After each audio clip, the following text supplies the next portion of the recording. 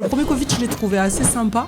À ce moment-là, je me disais, en fait, c'est incroyable de vivre ça une fois dans sa vie. Après, c'est devenu très très long. Il y a plein de gens qui partent freelance et moi, ça m'attriste en fait. J'ai plein de potes freelance et très cool, rend bien vous fasse. En revanche, moi, je crois beaucoup à d'autres formes de salariat. Là, depuis que je suis passé à mon compte, j'ai parlé des gens, clairement. Puis un bout de l'équipe est parti en week-end ensemble. Sans vous Ouais, grave. Mais c'est normal en fait. Je découvre là que finalement, j'ai plus de collègues, même si on a une entente qui est géniale. Mon principal collègue maintenant, c'est Peter. Ouais. Et après, on est dans des postures de c'est nous les boss, quoi. Donc en fait, ça change quand même ta relation. T'as plein de gens, ils ne voient pas leur zone de génie, en fait. Et moi, je disais à ces personnes-là, tu vois là, ce truc-là, c'est extraordinaire. T'as beau mettre les meilleurs experts dans la même pièce, c'est important qu'ils vont bien travailler ensemble. Hein. Oui, complètement. J'ai l'équipe qui a créé un bot parce qu'ils m'ont dit, ouais, ça peut t'aider pour écrire la newsletter, des posts LinkedIn et tout ça. Moi, j'ai essayé d'utiliser un peu, mais je perds tout le plaisir d'écrire. Donc ça n'a aucun sens. Le meilleur moment de réseauter, c'est quand t'as rien à demander, en fait. Bien sûr. Parce que je vois trop de gens, on peut réseauter, t'as pas de mission pour moi et tout. Ouais. T'as vu un de tes posts qui avait explosé, t'avais mis direct la grille de salaire. Ah oui, ouais. T'as eu des problèmes avec ça ou pas? Non, tu sais.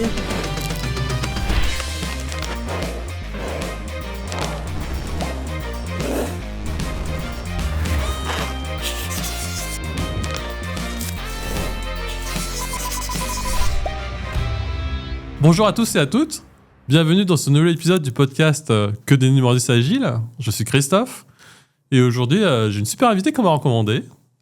Des invités qui sont déjà passés, Olivier Mi, Youssef El Latafi. Ouais. Et Pauline, c'est quelqu'un que je suis déjà depuis un moment parce que j'aime bien ce qu'elle fait, j'aime bien ce qu'elle diffuse. Merci dans ses beaucoup. Messages, dans ses médias, ses newsletters aussi. Mais ça, on pourra en parler pendant tout ça. Et je sais qu'elle a un parcours un peu rock'n'roll, donc j'espère que j'arriverai à l'accuser à faire sortir des dingueries. Donc Pauline, bienvenue à toi. Ça merci à toi. Bien. Merci. Merci Christophe, merci beaucoup de m'inviter. Je suis hyper contente de découvrir aussi. Ça va être un moment pour moi d'échanger avec toi, donc hyper contente. Eh ben, je pense qu'on a plein de points communs, mais voilà, tu me feras confiance pour conduire l'interview. Ouais, bien sûr. C'est déjà... Comment tu te présentes? Imagine, tu rentres dans un bar, là, tu pars bientôt en vacances. Ouais. Donc, tu rentres dans un bar avec des gens que tu trouves je sympas. Connais pas. Ouais. Comment tu te présentes? Écoute, quand je me présente, je m'appelle Pauline. Un truc que je dis maintenant que je disais pas trop avant, c'est je viens de Montpellier, j'ai 38 ans et j'ai été salariée pendant 10 ans et j'ai créé ma boîte il y a 3 ans qui s'appelle donc Yeta. Et ça a un peu bouleversé ma vie. Et donc déjà, je pense que ça pourrait être une introduction, une présentation qui peut être pas mal. Après, tu me dis si tu veux que je t'en dise un peu plus à ce stade. Mais ouais, ça me définit pas trop mal pour le moment et je suis à Paris actuellement. D'accord. Et Yeta, ça parle quoi? Et Yeta, en fait, c'est une boîte de conseil. Donc moi, j'étais salariée toute ma vie dans le monde des ESN. Et Yeta, c'est une société de conseil qui a voulu faire complètement différemment, casser les codes, réinventer le modèle pour réinventer aussi le salariat dans le conseil. Et en fait, surtout du conseil en product management, product design, facilitation, product marketing, tout ce qui est autour vraiment du produit fonctionnel. Et on existe là, on a été créé en 2022 et aujourd'hui on est 30. C'est bien. Et comment on devient chef d'entreprise après des années de salariat? Comment tu as démarré? Parce que là, tu me parles de product design, tu me parles à demi-mot d'agilité, de tech et tout. Oui. Mais t'as démarré dans ça? T'avais ces aspirations-là quand t'étais petite Alors, écoute, on se reconnecte un petit peu à ses branches, enfin pas à ses branches, à ses racines. C'est-à-dire que moi, quand j'étais petite fille, je rêvais d'entreprendre. Et puis ensuite, la vie fait que j'ai pas vu de modèle féminin de personnes, de femmes qui étaient entrepreneurs. Je regardais, je me souviens, c'est marrant parce que les épisodes qui repassent maintenant, je regardais Sex and the City, les étoiles dans les yeux. Donc j'aimais New York, mais je crois que j'aimais le côté femme forte, entrepreneur, et c'était hyper inspirant pour moi. Et puis la vie fait que, en fait, tu deviens salarié. Donc je suis allée dans une ESN, j'ai fait une école de commerce assez classique. Je vais dans une ESN, je découvre le milieu de l'ESN complètement par hasard. Puis je me dis, le job, il est chouette. C'est une espèce de site de rencontre. C'est le côté mettre en relation, en fait, des gens passionnés avec des clients qui ont des besoins. Moi, c'est un truc qui est facile à faire pour moi, les mises en relation. Les relations tout court, c'est quelque chose que j'adore faire. Et donc, je rentre là-dedans un peu par hasard. Et puis en fait, au fil de l'eau, je m'aperçois que les boîtes dans dans lesquelles je travaille ne correspondent pas du tout à mes valeurs et j'ai toujours été un peu créative ou peut-être un peu je sais pas si c'est en dehors du cadre, mais j'ai jamais eu peur de sortir du cadre. Et donc quand je me suis aperçue qu'en fait les cadres de modèles en fait de SN ne me plaisaient pas, eh bien, j'ai décidé de créer un autre cadre et inspiré par des modèles comme Chaudot. Je sais pas si tu les connais chez Chaudot. En fait, le fait qu'ils avaient osé faire complètement autrement. Et puis ma boîte aussi d'avant qui s'appelait Binex, qui s'est fait racheter. On avait osé faire vraiment autrement, et donc ça m'a fait moins peur en fait d'entreprendre, et donc je me suis lancée à 35 ans, mais avec voilà ce rêve d'enfant, puis aussi tout un parcours, un cheminement de salarié. Et je connais cette partie de l'histoire, j'essaie de te cuisiner tranquillement. Mais t'as dit que t'as fait une école de commerce avant ? Ouais. Donc t'étais pas dans la tech, dans l'IT ? J'étais pas dans la... Non, ouais. j'étais... Alors c'est marrant parce que tu vois, quand j'étais... à 15 ans, je me sentais assez tech. Je me sentais assez... Okay. Tu sais, j'avais commencé à regarder un peu pour faire des blogs. Je faisais un peu de HTML, CSS. Enfin, tu vois, il y avait un petit goût là de tech. Et puis en fait, non, en fait, j'ai fait l'école de commerce. Bon, en fait, j'étais perdue.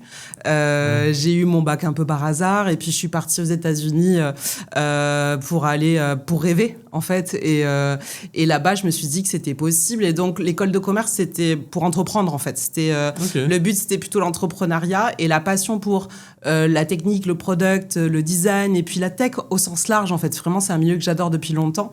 C'est plus les gens que j'ai côtoyés qui me l'ont fait partager en fait, mais moi je me suis pas j'ai pas été formée là-dedans.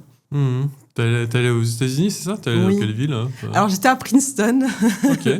Alors, je dis souvent ça, c'est-à-dire j'étais à Princeton, mais j'étais pas étudiante à Princeton. Okay. J'étais jeune fille au père, parce que Princeton est une ville. Et Princeton, c'est à 1 heure de New York. Et en fait, j'étais à Princeton. Et là-bas, c'est marrant parce que j'avais rencontré des mecs qui étaient à IPTA, école d'ingé. Et donc, ils m'avaient fait un peu les prémices des langages de dev, de C++, et tout ça. C'était chouette. Et après, là, j'avais 20 ans à ce moment-là. Et puis après, je suis rentrée à Montpellier. En fait, je suis rentrée j'étais un peu perdue jusqu'à Princeton. Je reste 6 mois aux États-Unis et ça me remet un peu sur les rails en me disant maintenant, ma cocotte, tu vas y arriver. Tu rentres à Montpellier, tu commences en fait tes études et tu t'y arrêteras pas. Et ça a été complètement le cas. C'est-à-dire, j'ai commencé mes études, j'avais des jobs en parallèle, j'ai financé mes études comme ça. Et puis après, en fait, je me suis pas arrêtée parce que j'ai retrouvé confiance en moi, la motivation et puis l'envie vraiment de... En fait, finalement, c'était l'entrepreneuriat qui était pas loin du tout. Ouais. Mais je le savais pas à ce moment-là. Non. C'est un peu comme moi aussi. Non, ouais. L'entrepreneuriat à Montpellier. Et du coup, après Montpellier, t'es allé où ? Eh ben, à Montpellier, jusqu'à mes 24 ans. Et puis après, je suis venue à Paris. Okay. Parce que je pense que... Choc ou pas ? Non, en fait, New York... En fait, voilà, moi, je pense que je suis une citadine de grande ville, plutôt. Et alors que Paris, ça reste petit. Hein. T'aimes bien Paris ? Comment ? T'aimes bien Paris après Montpellier ? Ouais, franchement, ouais. Tiens, c'est intéressant. Oui, franchement, j'aime beaucoup Paris. Après, maintenant, je suis dans les bonnes conditions. J'habite dans le centre de Paris. Je suis devenue une bobo. Enfin, tu vois, tout se passe bien. Je suis en vélo. Tout va très bien. Mais le début, quand tu démarres à Paris, que t'as pas beaucoup d'argent, que t'es en banlieue, etc., enfin, que t'as du mal à te loger, c'est pas hyper agréable. Maintenant, 10 ans, 15 ans après, c'est beaucoup plus cool. Maintenant, je sens quand même que j'ai un besoin de nature qui se fait sentir. Donc, j'hésite pas à m'évader régulièrement, mais sinon Paris, ouais, j'adore ça. Donc oui, je suis arrivée à mes 24 ans à Paris, premier CDI à ce moment-là, et puis je me suis pas arrêtée en fait finalement, et puis je suis restée à Paris, et là on a créé Yeta à Paris il y a 3 ans, un peu plus de 3 ans. Après le Covid alors, ouais. Après le Covid, ouais. Le Covid, j'étais toujours salariée. Et puis, c'était assez rigolo parce que tu vois un peu tu vois un peu ce qui se passe dans les boîtes, un peu les visages avec le stress, cette période qui est un peu folle. Tu vois un peu les masques tomber. Et ça a généré... Alors moi, le premier Covid, je l'ai trouvé assez sympa.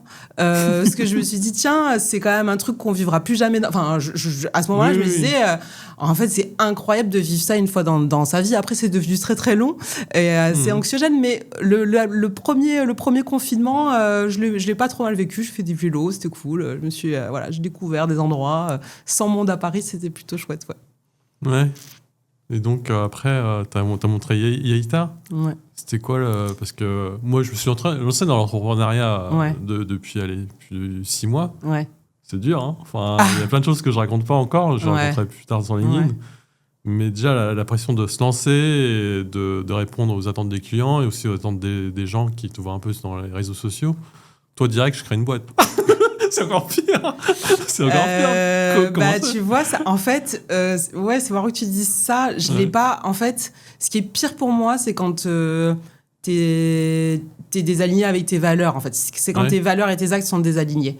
Moi, les dernières années, pendant très longtemps dans le salariat, je me sentais désalignée, donc j'étais pas hyper heureuse. Et pour autant, j'avais hyper peur d'entreprendre, mais je sentais que j'avais quand même des capacités de créer un cadre différent de ce qui existait et qui pouvait en fait sécuriser tout un tas de gens qui se sentaient potentiellement comme moi, aussi différentes, tu vois, dans ces mondes-là. Parce que moi, je suis arrivée, je suis quelqu'un... Enfin, les gens disent de moi que je suis très authentique. Je le ressens, je suis sincère, je suis sensible, je suis authentique, parfois un peu cash, un peu grande gueule. Enfin, tu vois, ça dépend de quel angle on le prend.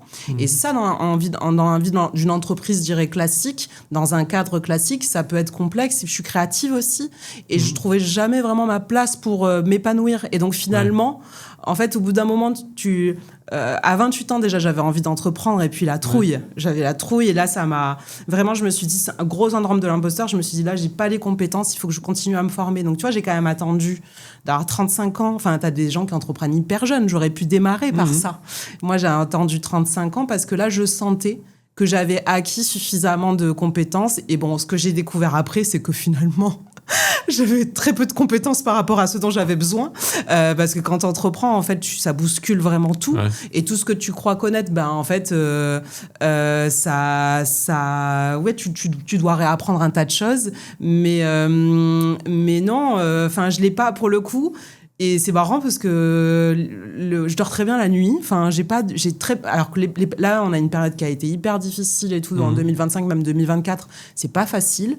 Pour autant, je trouve que ce qu'on fait, c'est on fait de notre mieux, on fait bien, on fait avec nos valeurs, avec notre âme, notre cœur aussi. Et du coup, je suis soulagée. En fait, je me dis, ça va marcher. On travaille dur, ça va marcher. Et ça marche déjà, mais ça va continuer. On va pérenniser l'activité. On va faire que vraiment, on va montrer qu'il y a une autre façon de faire du conseil et que cette façon-là, en fait, elle épanouit et elle apporte beaucoup. Vraiment, je suis convaincue. Donc, c'est chouette. Ça me stresse pas trop. Ouais, t'étais lancé direct, t'as pris sur le tard. Je crois qu'il faut pas trop se poser de questions, tu vois. Nous, je pense qu'il y a des moments où tu dois... il y a un moment, il y a une énergie qui se crée. J'essaye de... Tu vois, tu as des moments où tu te tapes dans la main avec des pertes, tu réfléchis pas trop. Et c'est pas mal aussi, ces moments-là où tu réfléchis pas trop. Et on va dire, oui, t'as peut-être pas fait assez de discovery, t'as peut-être pas assez questionné. Ouais, mais en fait, cette énergie, il faut l'utiliser, cette flamme-là, quand elle est là. Et mieux vaut pour moi se lancer, faire des bêtises, plutôt que ne pas se lancer, se poser trop de questions, repousser le moment, et puis finalement, en fait, t'y vas pas. Donc nous, quand on s'est lancé, bien sûr, on a fait plein de bêtises, mais on l'a accepté. On s'est dit, et Peter, on s'est dit, on met le socle en place, et puis après, on va co-construire avec les personnes qui vont nous rejoindre. Et c'était clair. On a dit, par contre, ce qui est clair chez nous, c'est on va définir un socle de valeurs. Donc, on s'est dit, les valeurs de Yeta, c'est authentique, audacieux, attentif, parce que c'était des valeurs qui nous collaient à la peau et c'était important pour nous qu'on les mette là au cœur de l'entreprise. Et surtout, on s'est dit, ce qu'on veut, nous, c'est révolutionner le monde du conseil et le monde du conseil dans le produit. Et donc, les deux trucs étaient clairs. En revanche, on savait qu'on voulait une gouvernance hyper plate, on savait qu'on voulait full transparence, donc on a mis très vite en place une grille de salaire transparente, on a fait des choses, les convictions qu'on avait, on les a très vite mises en place. En revanche, il y avait plein de trucs qu'on ne savait pas faire. Et on s'est dit, c'est pas grave, si on dit la vérité et surtout qu'on exprime aussi cette envie de co-construire, parce que tu as plein de salariés finalement qui ont une énorme envie d'arriver, de co-construire et de pas être en mode, de pas avoir pris tous les risques. Ça s'entend. Donc nous, on était OK de prendre les risques, mais on était aussi surtout OK de dire, on va co-construire ensemble un collectif. Et ça, Moi, ça, je savais bien le faire. Enfin, pour le coup, Ouais. je sais qu'on a parlé de basket tous les deux. Moi, les notions de collectif, de savoir de la vie d'équipe, etc., c'est un truc sur lequel je suis hyper à l'aise. Il y a plein de skills que j'ai pas. En revanche, ceux-là, c'était voilà, ça me collait plus à la peau. Et donc, voilà, ça a enchaîné un peu naturellement. Ah, là, tu m'as donné trop d'infos, là. Il faut que je commence par quoi, là Ouais. On va parler de Peter. Parce que Oui. du coup, tu as dit que tu as créé ta boîte. Du coup, j'ai bien compris que tu l'as pas créée seule. Non, j'étais avec Peter, ouais. Et Peter, c'est quelqu'un que tu connaissais déjà ou Ouais. vous vous complétez comment ça marche On se complète pas. Très bien. Non, c'est marrant parce que, en fait, je le connais. En fait, je l'avais rencontré 10 ans avant. Je sais pas, je dis souvent des bêtises sur les dates, c'est peut-être pas les 10 ans. Je l'ai rencontré au boulot, Peter, et au début. Tu sais, donc on était business développeurs tous les deux dans un cadre ESN, on devait mettre des costumes. Donc Peter, il avait des costumes un peu trop brillants avec des chaussures pointues. Ouais. Et pour autant, en fait, on s'est vus tous les deux parce qu'on sortait un peu du cadre, en fait, lui et moi, mais ça, on le savait pas. Et donc donc au début, bon, il me détestait, mais Bah, attends, là, il faut que tu creuses, là. Je crée une boîte à quelqu'un non, qui mais me tu sais, détestait. dans ces boîtes-là, en fait, quand t'as... C'était en concurrence ou Ouais, en fait, Ah, il crée énormément de concurrence. Ouais. En fait, il crée un environnement. Et moi, j'avais pas assez de recul pour comprendre que c'était un jeu. Enfin, et je le vivais pas du tout comme un jeu. Pour le coup, moi, je le vivais à assez premier degré. Je me disais, mais comment ça se fait, en fait, que t'arrives dans une boîte, que les gens, ils sont pas sympas avec toi, que, en fait, ils vont aller ils te regardent. Enfin, c'était pas cool pour moi. C'était pas hyper agréable. La première fois que je l'ai vécu, en fait, quand la première boîte que j'ai fait, j'étais junior. Donc, en fait, j'avais pas de concurrence parce que tout le monde se disait, de toute façon, elle sait rien, elle est junior, donc elle va être nulle et elle va pas nous, tu vois, elle va pas se mettre en concurrence avec nous. Et puis là, la boîte d'après, t'as 2-3 ans d'expérience, donc t'en as suffisamment pour être un peu plus, pour pouvoir être concurrent et pas assez pour pouvoir comprendre le jeu dans lequel on t'a mis. Moi, je le comprenais pas. Et donc, très premier degré, lui, il était premier degré aussi. Et donc, il m'a vu arriver, on travaillait dans le système, dans le bancaire, il me dit, elle connaît le bancaire et tout ça. Bon, bref. Et donc, en fait, assez vite, on s'est aperçu que, non, on allait être amis pour la vie, je vais dire. On allait être, on a des valeurs. Peter est un mec extraordinaire qui cachait. En fait, il portait un gros masque. Mais moi, je suis assez sensible et je pense que je suis assez, j'ai le niveau d'empathie qui me permet de lire un peu en l'autre. Ou alors, je mets un peu les pieds dans le plat. Donc, du coup, j'arrive à comprendre assez vite que les milieux dans lesquels on a vécu dans le passé on a des valeurs qui sont communes. Et là, ça a matché hyper vite. Donc, on n'a pas bossé directement ensemble. Mais par contre, on était très, très, très proches. Toute l'entreprise savait, on avait un espèce de duo là, infernal. Ah oui. On était infernaux. Non, mais on était... je pense qu'il y avait beaucoup d'humour. Mais on n'avait jamais prévu de créer une boîte ensemble. C'est ça qui est assez rigolo. On s'est jamais dit un jour, on va créer une boîte ensemble. C'est la vie qui a fait que... Donc, lui, il a fait sa carrière aussi en ESN. On avait des jobs qui auraient pu se ressembler, mais en fait, finalement, moi, beaucoup plus créatif et Peter, beaucoup plus gestionnaire. Donc, lui, il est devenu un peu dirigeant, patron, je dirais, de SN classique, là où moi, je suis partie dans des endroits un peu plus, tu vois, d'agiliste, un peu plus créatif. Et moi, j'avais besoin que le cadre, en fait, je pouvais pas être dans un cadre trop petit. Et donc, je suis allée dans des endroits dans lesquels je me suis hyper épanouie. Et là où lui, il a mis un peu plus de temps. Déjà, ces endroits-là, ça n'existe pas beaucoup. Et il a eu plus de mal à trouver ça. Et donc, quand ma boîte se fait racheter, que j'adorais, donc Binex se fait racheter, je me dis, non, mais je ne vais pas retourner dans mon cadre tout petit. Et je vais créer. Je me dis, à ce moment-là, mais cette expérience-là a été géniale. Et c'est à moi à nouveau créer quelque chose un endroit dans lequel les gens vont se sentir vraiment bien, créatifs, être innovants, se développer, mais aussi avoir des belles relations avec les gens, en fait. Ça, c'est hyper important pour moi et redonner goût au salariat. Parce qu'à ce moment-là, tout le monde partait un peu freelance. C'est encore toujours le cas. Hein. Il y a plein de gens qui partent freelance et moi, ça m'attriste, en fait. Autant, j'ai plein de potes freelance et très cool, grand bien vous fasse. En revanche, moi, je crois beaucoup à d'autres formes de salariat. Je pense qu'en fait, il y a d'autres formes qui sont possibles dans lesquelles on peut retrouver en fait un esprit collectif. Et ça, on peut le retrouver si on a tous un peu les mêmes contrats. Pour autant, il faut un peu faire changer les choses pour que ça convienne au groupe. Et pour moi, le faire changer les choses, c'est exposer les salaires, changer un peu les règles du jeu pour que les gens retrouvent le sens à travailler et à être salarié. Ouais, j'avais vu un de tes posts qui avait explosé. T'avais mis direct la grille de salaire. Ah oui, ouais. Et ça, t'as eu des problèmes avec ça ou pas? Non, tu sais, en fait, donc la grille de salaire, ça a soulagé plein de monde en fait. En fait, la grille de salaire, donc on l'utilisait entre nous. Dès qu'on avait un candidat, on avait un fichier Excel un peu dégueu et c'était la relation avec les candidats qu'on crée grâce à cette grille de salaire. Dès le premier échange, en fait, la relation que tu crées, elle est géniale. Parce qu'en fait, tu vois, tout de suite, tu mets les pieds dans le plat. Les candidats, en fait, tu peux discuter librement. J'avais adoré ça. Et puis, je m'étais vraiment dit... J'aime bien parler, mais je préfère faire. J'ai toujours, ok, c'est cool de dire t'as la valeur transparence, etc. Mais c'est cool aussi de montrer et d'exposer. Et je crois beaucoup au bénéfice de l'open source, en fait. Plus tu montes, plus tu t'exposes et tu vas co-construire. Et derrière aussi, ça va te permettre d'avoir ta chambre qui est toujours hyper clean.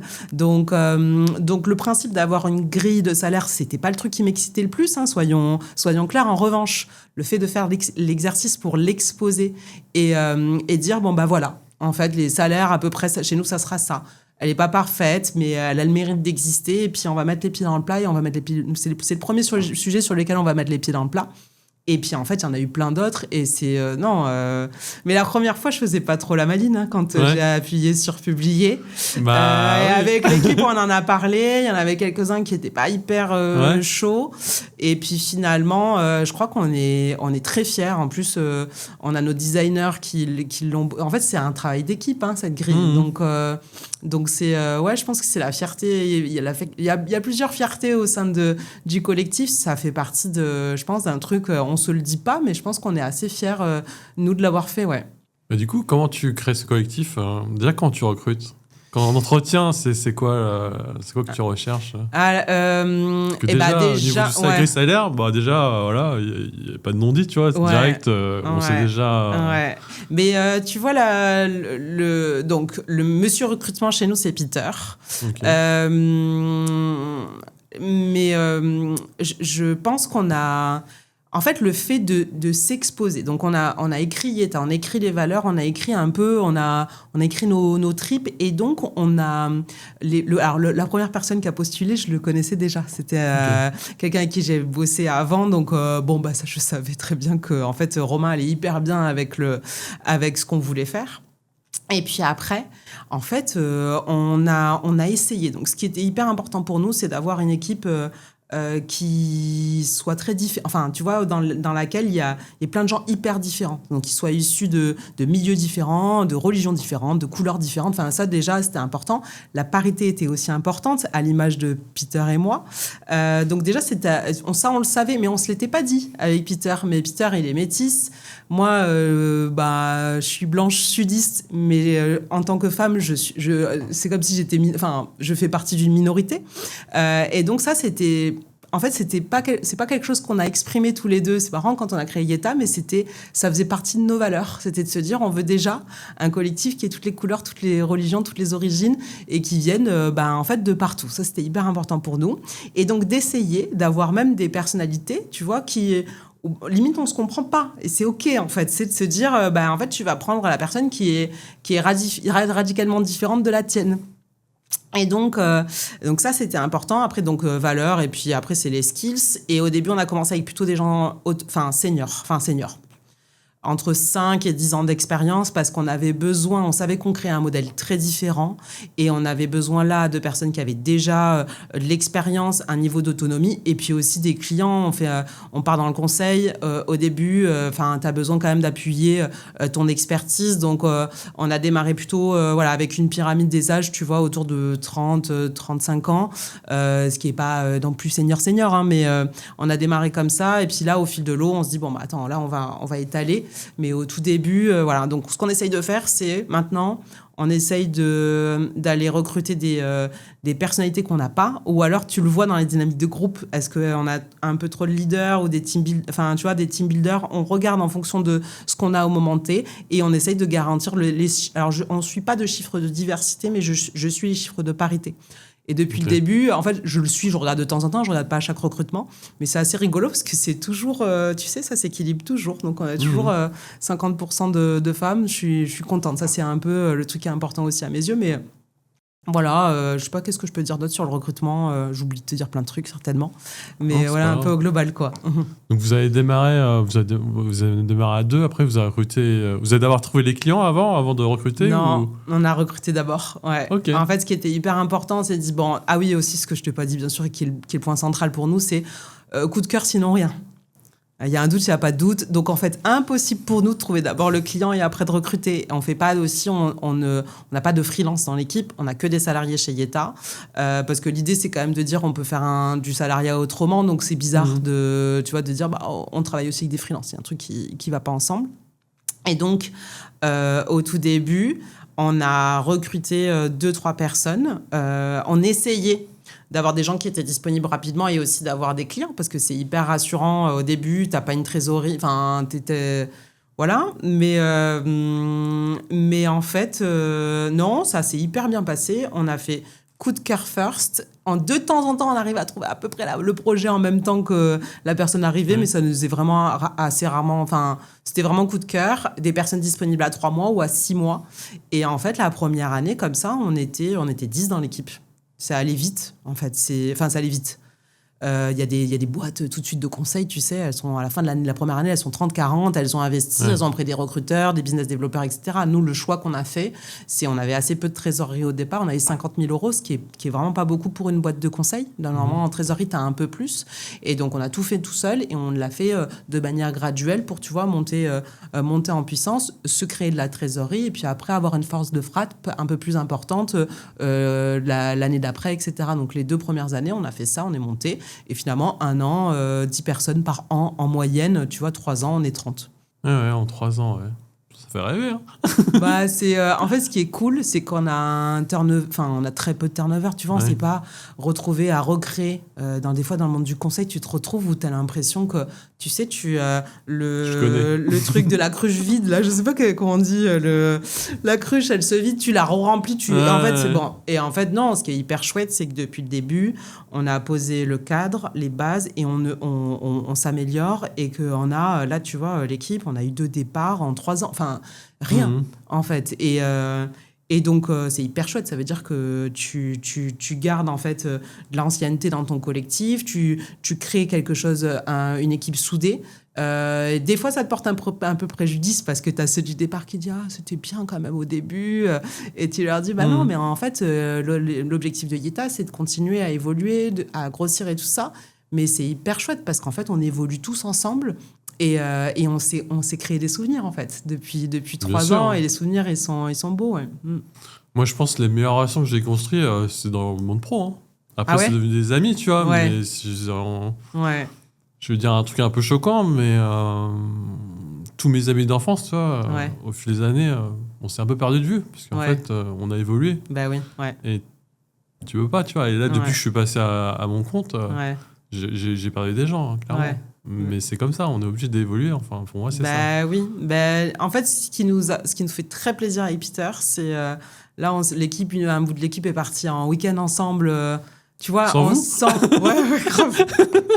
Mais c'est normal, en fait. Et il y a un petit... Nous, on crée des week-ends, tu sais, genre des séminaires et tout, on les crée. Ouais. Et là, ils sont partis en week-end de potes, quoi, tu vois. Et donc, je pense qu'ils auraient été gênés qu'on soit là, parce qu'il y a des trucs... Ouais, bien sûr. Et c'est OK, et tu vois, c'est marrant, parce que moi, je découvre là que finalement, j'ai plus de collègues, même si on a une entente qui est géniale. Mon principal collègue, maintenant, c'est Peter. Ouais. Et après, on est dans des postures de... c'est nous les boss, quoi. Donc, en fait, ça change quand même ta relation avec les autres. Et donc, et parfois, au début, tu vois, je disais des trucs, je me disais, ah non, là, t'as dit une dinguerie.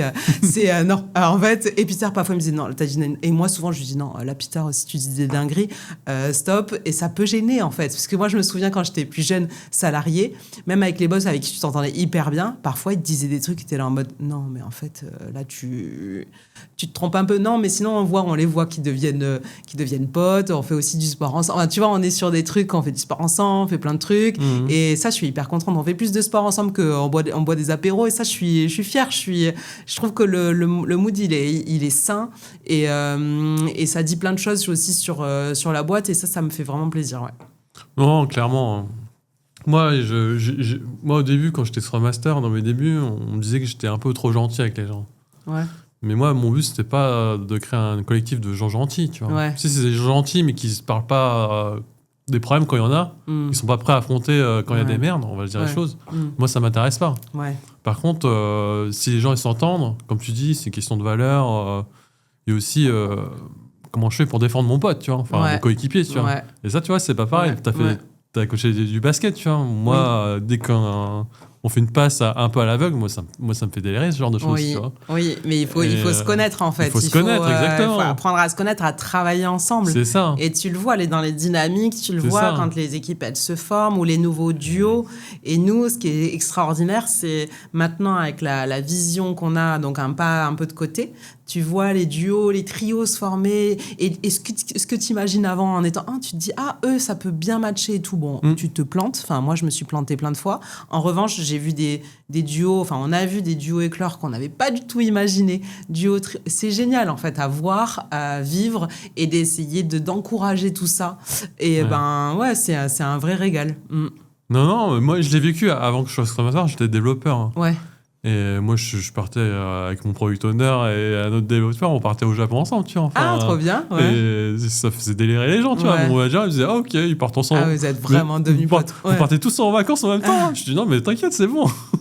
C'est génial. Mais ça crée des choses, tu vois. Et ça crée des choses, mais c'est aussi dans la performance aussi. Hein. Ouais.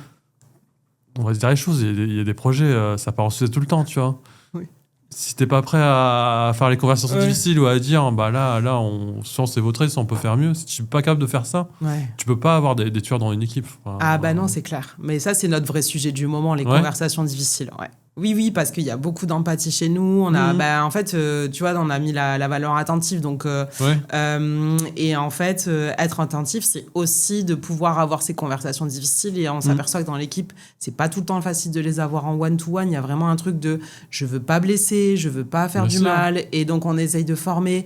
Et en fait, mais quand bien même tu donnes un peu le cadre de savoir faire un feedback, finalement, peut-être que ça peut être même un peu stressant parce que le feedback, on t'apprend de la méthode de dire A, tu fais ça, B, tu fais ça, C. Et puis finalement, parfois, de savoir juste dire, écoute, là, quand il s'est passé ça, j'ai pas kiffé. Enfin, tant pis, en fait, de pas respecter toutes les règles. Le plus important pour nous, c'est de générer les conversations. Ouais. Et donc, là, je le sens, en fait, alors que moi, je suis quand même assez directe et franche, etc.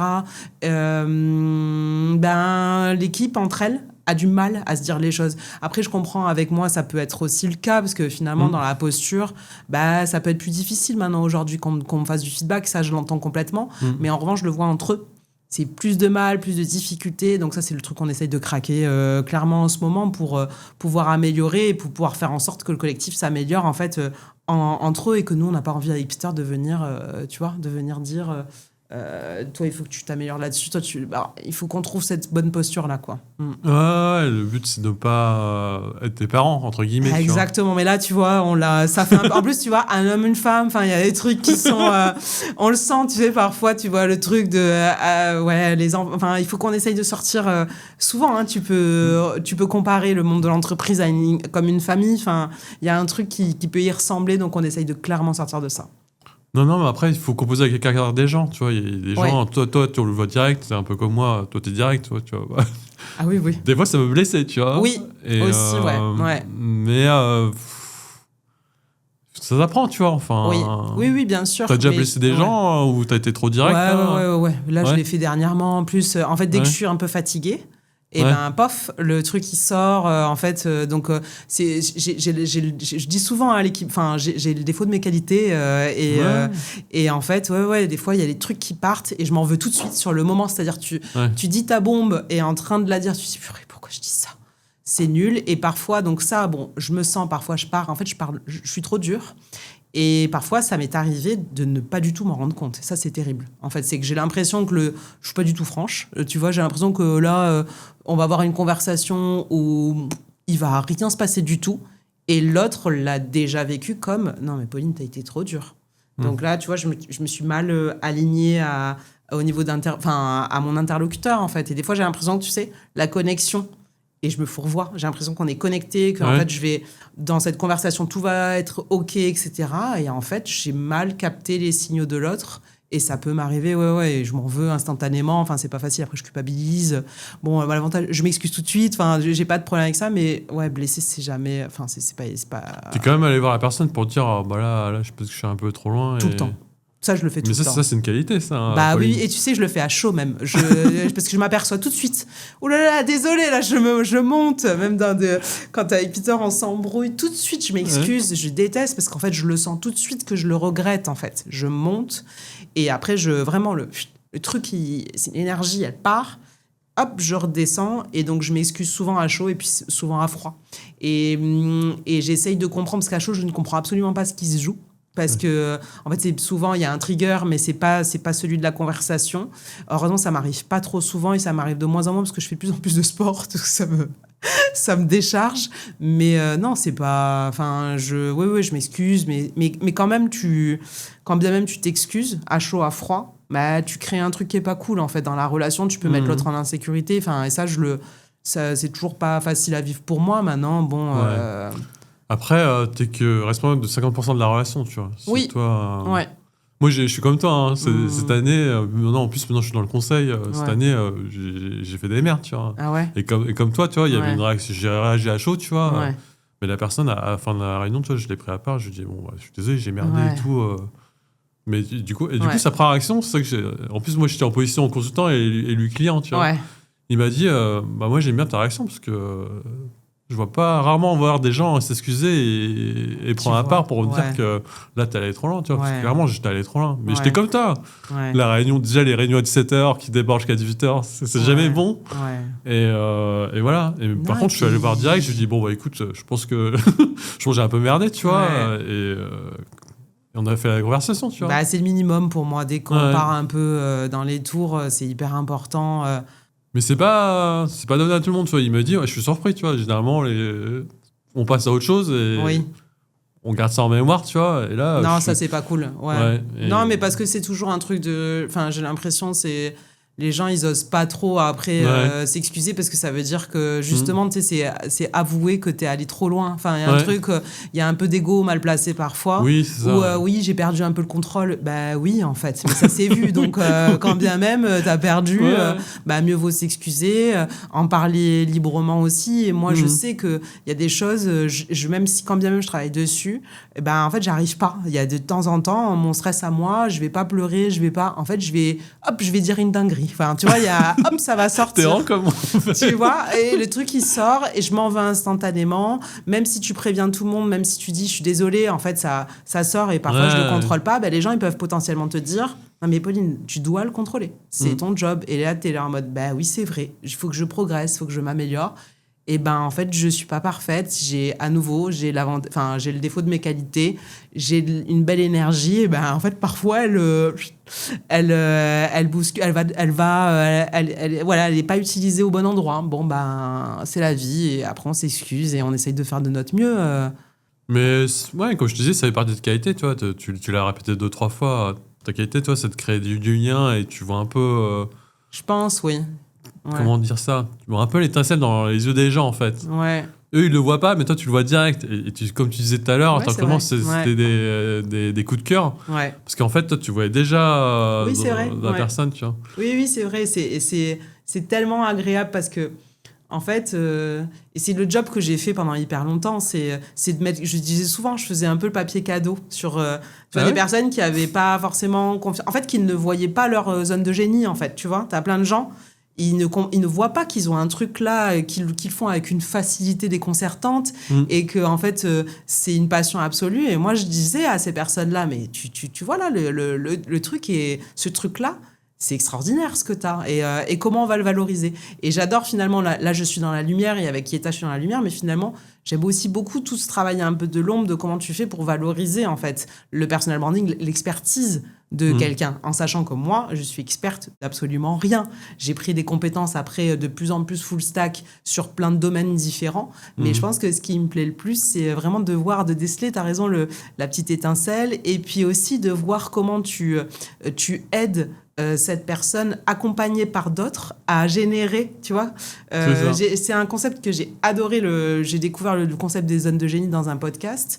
Et en fait, j'ai adoré le concept parce que, en fait, tu as les zones de génie personnel. Donc, c'est un peu comme Mbappé. Tu vas découvrir que tu es bon au foot, tu travailles le truc et en fait, tu deviens un génie. C'est quelque chose qui te donne de l'énergie de le faire. Donc, ça, c'est trop chouette. Et en fait, tu peux l'avoir aussi au sein d'une entreprise. C'est-à-dire que ton entreprise, finalement, si tu la façonnes bien, à mes yeux, en fait, ça peut être la somme des zones de génie des gens, si elles arrivent à les trouver. Et si tu arrives à dire à ton collègue, t'as ce truc-là, toi aussi, là, il y a un truc d'une facilité déconcertante, enfin, pense-y, est-ce que tu kiffes le faire, qu'est-ce que tu ressens, et en fait, tu peux, grâce à ça, tu peux découvrir la zone de génie de ton entreprise. Et ça me passionne. C'est de me dire, et ça, c'était assez facile pour moi de me dire, OK, la base de les activités de Yeta, ça va être le product management, le product design.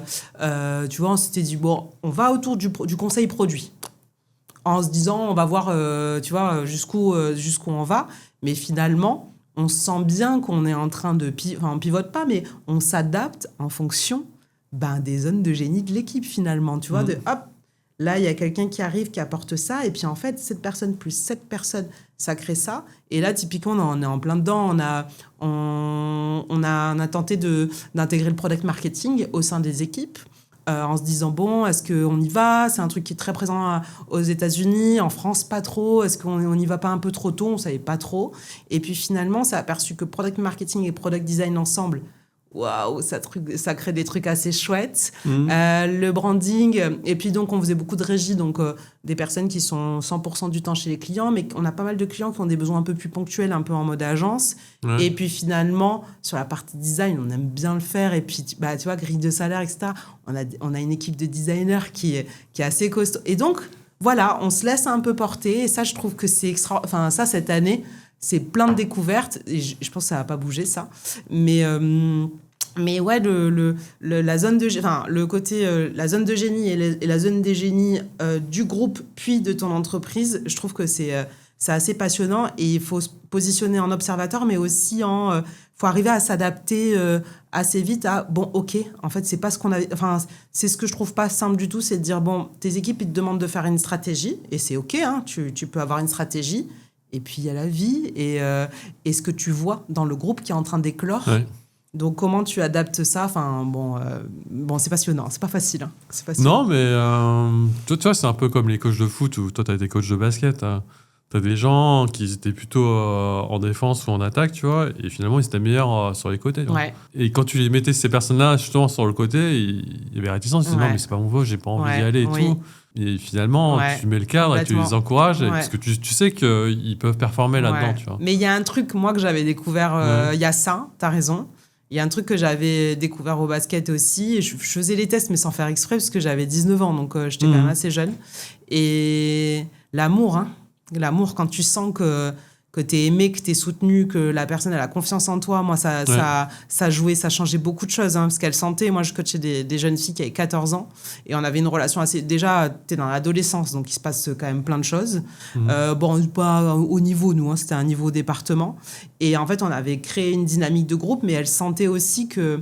En fait, j'étais là pour elle, je pouvais me battre avec elle, je pouvais, en fait, et j'avais confiance et j'avais beaucoup d'amour pour elle. Et je pense que ça, c'est aussi hyper important. Je pense que mon équipe, en fait, et là, si je compare à Yeta, on a aussi embauché des gens avec qui on avait un crush. Enfin, finalement, quand on parle de coup de cœur, on parle de crush. Et tu peux avoir des crushs sur plein de personnalités hyper différentes.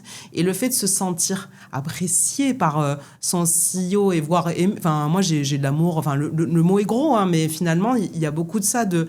je distribue tout ça à ma façon. Donc, avec certains, je challenge à mort. Enfin, tu vois, je sais qu'il y en a certains, je peux y aller les pieds dans le plat, pas de souci. D'autres, j'y vais plus à tâtons parce que c'est moins le...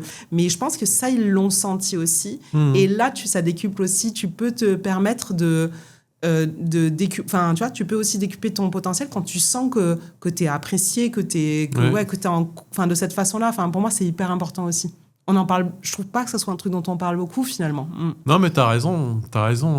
Là, tu vois, mon premier client que j'ai eu quand je suis lancé à mon compte, clairement, j'ai pas regardé le chiffre d'affaires ou le cadre de l'entreprise et tout.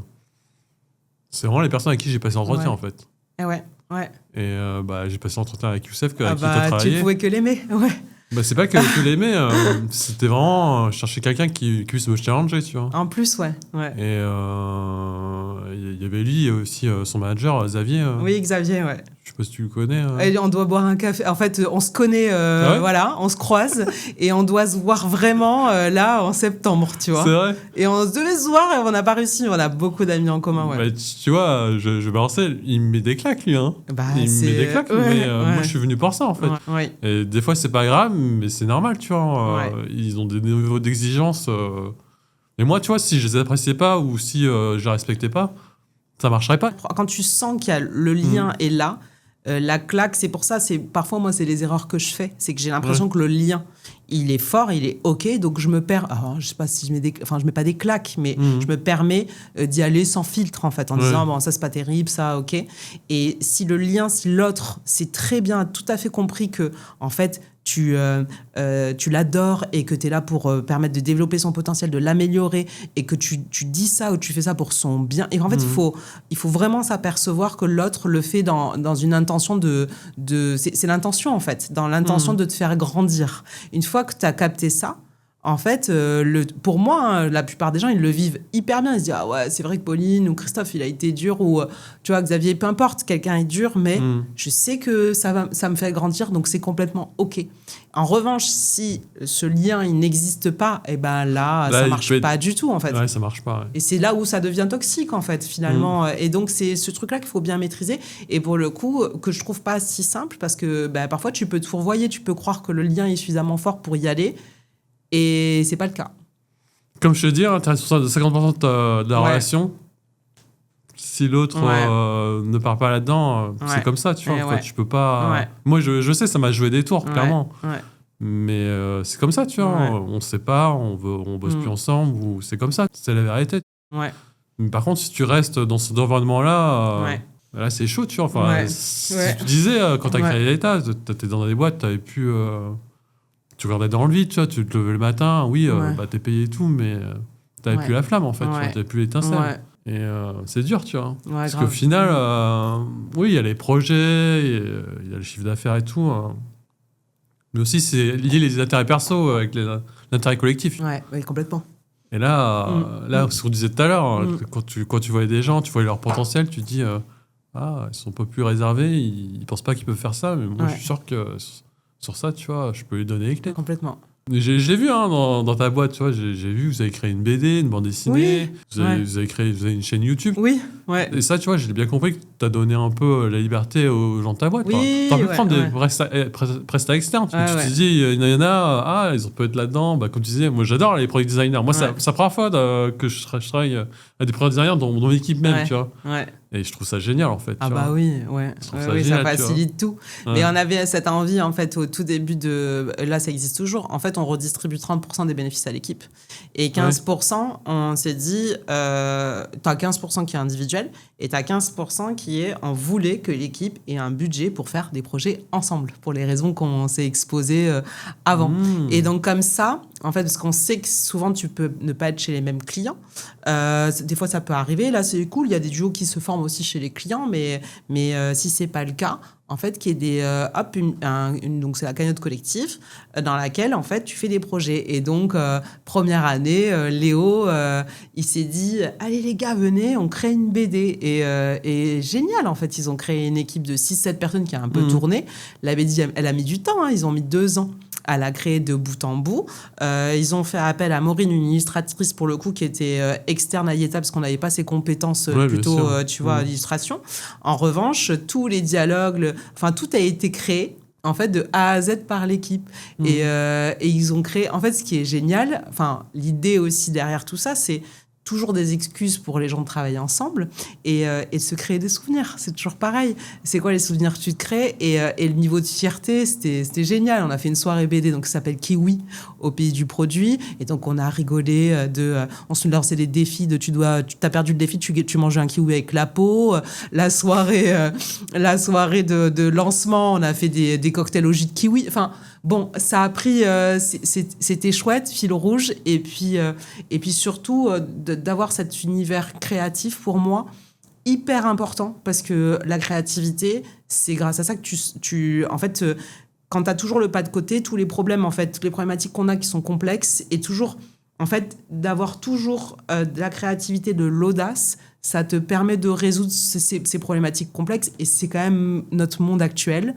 Et donc, de garder ça, de l'innovation, de la créativité, de penser un peu out of the box, ça, pour moi, c'était la base. La base de Yéta, elle se tourne autour de ça. Et ce qui est chouette, c'est qu'il y a pas mal de gens qui disaient « Mais moi, je crois que je suis pas créatif. Tu vois, je crois que... » Ouais.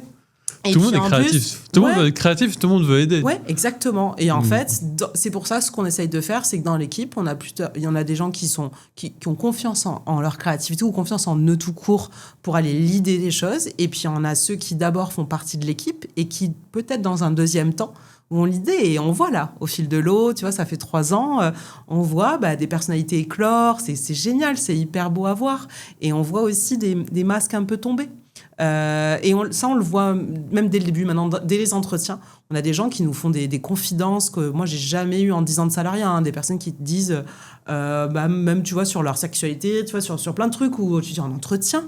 Et en fait, je trouve ça extraordinaire. En fait, tu te sens suffisamment bien en confiance avec nous pour nous dire, tu vois, des choses, en fait, qui pourraient être personnelles. Et en fait, je comprends, en fait, c'est pour pouvoir te montrer tel que t'es. Et si on arrive à générer ça dès l'entretien, en fait, c'est trop bien. En fait, on va continuer. Il y a plusieurs sujets là que j'ai envie d'attaquer avec toi parce que tu m'as donné trop de vie là. Je vais aller dans un créneau là, dans un sujet. Tu as dit que tu vois, tu donnais justement le cadre à l'espace pour que les gens soient créatifs. On va se dire les choses, Pauline. Quand on est dans le conseil, déjà il y a le stress de répondre aux attentes du client. Ouais. Toi, tu as tes collaborateurs qui sont pas forcément dans le même client. Oui. Comment tu crées comment tu les rassembles pour créer du lien et tout parce que on n'a jamais le temps en fait, on n'a jamais le temps, on n'a pas les mêmes problématiques. Comment tu fais pour créer ça? T'as un peu répondu parce que t'as mis les projets de bande dessinée, la chaîne YouTube. Ouais. Est-ce que tu peux développer ça? C'est ce que je dis tout le temps avec les managers que j'accompagne et tout. T'as beau mettre les meilleurs experts dans la même pièce, c'est important qu'ils vont bien travailler ensemble. Hein. Oui, complètement. Déjà, on a déjà défini nos valeurs. Et pour le coup, les valeurs, c'est pas le truc que on affiche. On a défini les valeurs. Et les valeurs, on recrute là-dessus. Donc, en fait, les gens, ils arrivent à se connecter déjà sur les valeurs au départ. Donc, quand les personnes arrivent, il y a une connexion. Ensuite, il y a plusieurs choses. On a des rituels. On a pas mal de rituels d'équipe. En des staffs, on a des Yéta Day. Donc, tu vois, tout le monde sort de chez son client et vient, on se réunit pour co-construire Yéta, pour apprendre et pour aussi avoir du fun ensemble. Donc ça arrive normalement, c'est 6 par an. Donc ça, c'est un rituel pour que les gens se connectent. Ensuite, on n'a pas de staff, c'est vrai qu'on n'a pas parlé de ça, mais on n'a pas de staff chez Yéta, très peu de RH. Il n'y a pas de RH chez nous. Et il n'y a pas... c'est Peter et moi, au début, qu'on faisait toute la partie business développement. Mais en gros, et maintenant, il y a Kenza, mais... Au début, en fait, fonction limitée, qu'est-ce que ça a signifié pour nous? Ça signifiait qu'en fait, notre parti pris, c'est de se dire on va faire plus d'intercontrats chez Yéta que dans une boîte de conseil classique, parce que l'intercontrat va permettre à l'équipe, en fait, on va faire monter en compétence l'équipe sur ses fonctions staff, et donc l'équipe va s'occuper aussi de l'équipe. Et ça, c'était assez chouette sur la partie. Donc on a mis en place un système de nanny. On l'a appelé nanny parce que Yeta, grand-mère Yeta, ça nous a fait rire. Voilà, donc en fait, ça s'appelle les nannies. Je sais pas si c'est pas un peu trop infantilisant, mais on verra comment on l'appellera après. Les nannies, en fait, ce sont des gens de l'équipe qui s'occupent d'autres gens d'équipe. En fait, c'est comme des RH, sauf que nous, c'est nous les RH du groupe, quoi. Donc, tu vois, ça permet à tout le monde de se connecter. Et ensuite, l'argent. Donc, Rituel, on a une démo aussi une fois par mois où tout le monde se raconte ce sur quoi on travaille de manière transparente. On raconte les chiffres aussi, tu sais, on dit tout. Tout ça rapproche beaucoup. Et on a essayé aussi de créer... Enfin, il y a plein de trucs, finalement, j'aurais pu te les lister, mais on a des locaux en plein Paris, hyper accessibles, et qu'on a voulu... on a essayé de faire un endroit assez confortable, convivial, qui ressemble plus à un lieu de coworking assez sympa qu'à des locaux. Donc, aucune obligation de venir, mais en fait, il y a du monde tout le temps, parce que grâce maintenant aux clients où tu peux être en remote, en fait, l'équipe travaille dans les locaux d'Yeta. Donc, tu vois, et ça pour nous, moi, tu vois, le full remote et tout ça, c'était pas bon pour notre culture d'entreprise. Ça nous aide énormément. Ça nous aide beaucoup. Donc, entre les jours, après, on fait un week-end par an, les soirées, finalement, tu vois, en fait, on fait du sport, ce que je te partageais. À la boxe ensemble, on fait des trucs. En fait, tout ça fait que, plus la cagnotte, où les personnes peuvent se déstaffer directement, tout ça fait qu'en fait, on a généré... C'est quoi ce genre de cagnotte, là ? La cagnotte dont je te parlais tout à l'heure. On met les bénéfices dessus. Et donc, par exemple, tu vois, l'année dernière, l'équipe avait 30 000 euros pour, en fait, créer tu vois, pour travailler sur ce qu'ils voulaient ensemble. Donc, on a mis une règle pour... c'est 500 euros, par exemple... Tu te déstaffes la journée, tu vois, tu prends 500 euros, mais donc en fait, tu fais absolument ce que tu veux. Tu peux décider à deux de te déstaffer et en fait, vous allez bosser sur tel ou tel truc. Ça a beaucoup, tu vois, ça a beaucoup... Et là, le fait que l'équipe maintenant se connaît bien, ce que je te partageais, très peu de turnover, en fait... ça y est, c'est assez naturel. Les nouveaux arrivent et sont vite embarqués en fait dans tout ça. Donc non, assez franchement, trop chouette quoi. Ça, c'est des trucs qui ont bien pris. Ouais, c'est un peu ovni ce genre de choses. Là. C'est la première fois que j'entends ça. C'est vrai. Ouais. L'histoire de déstaffer pour avoir des journées, parce que je te disais. Les gens, ils n'ont pas le temps. Oui. Donc, il faut créer, en fait. Il faut réfléchir à comment tu peux faire, tu vois. Il faut investir. Il faut... le côté... ce qui nous a fait peur. Et donc là, on regarde si ça peut tenir. Tu vois, si on passe à 50, typiquement, est-ce que le fait là qu'on fonctionne avec des nannies, est-ce qu'il va falloir embaucher peut-être une personne côté RH? On ne sait pas trop. En fait, c'est jusqu'où ça tient. Mais il y a une vraie envie d'équipe de... Là, tu vois, ce à quoi je ne m'attendais pas du tout, par exemple, le business développement... Normalement, un consultant product ou IT, c'est pas le truc qui kiffe le plus dans sa vie, en fait. Et nous, là, chez Yeta, encore hier, je sais plus quand, on m'a dit, Pauline et tout, est-ce que vous pouvez pas nous apprendre à faire des cold calls? Quand même, le pire de faire les cold calls, je sais pas si tu vois ce que c'est. Non. C'est appeler des prospects à froid. Ah oui. Donc, t'appelles des gens que tu connais absolument pas, ils savent pas quitter, donc tu pitches. Et donc, c'est vraiment... je sais pas si c'est... je pense que c'est quand même le pire dans une vie de business développeur. Et donc, on a des personnes de l'équipe, pas une, tu vois, on en a eu 4-5 qui ont envie de se faire former à faire de la prospection du business. Et on en a eu plein. Et ça m'a vraiment extrêmement surprise. Parce que je pensais pas que, tu vois, ça venait naturellement. Et je trouve ça génial. Donc, la posture qu'on doit avoir, nous, c'est surtout celle où on essaye de former, être hyper pédagogue, de donner plein de clés. Et comme ça, les personnes, elles peuvent prendre aussi les rôles qu'elles veulent. Et ça, c'est hyper rafraîchissant, en fait.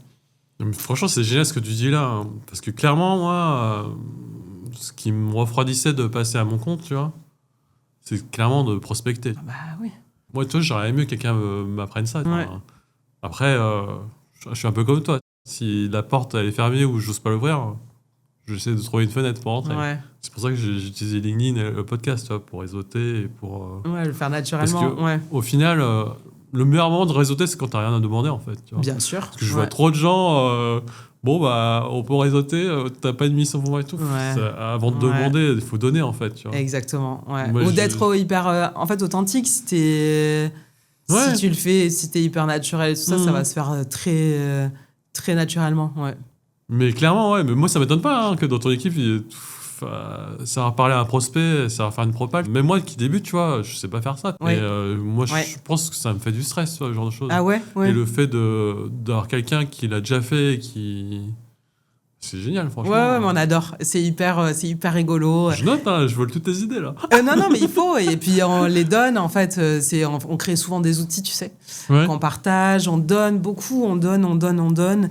Parce que, en fait, quand tu donnes, en fait, quand bien même tu reçois... Enfin, le karma, et puis c'est important, et puis tu te sens bien. C'est hyper important. Et ça, je trouve que, finalement... plus de toute façon tu acquiers des compétences et puis enfin tu te sens épanoui. Et moi je veux aussi que Yeta pour chacun ça soit un terrain de, le terrain de jeu c'est un terrain d'épanouissement en fait. Et qu'on fasse aussi des bêtises ensemble. Moi j'ai pas du tout de soucis avec tu vois l'échec, enfin en tout cas il faut pas que les échecs soient trop gros non plus parce que des fois tu as du mal à t'en remettre quand même, soyons honnêtes. Ouais. Mais les petites bêtises etc.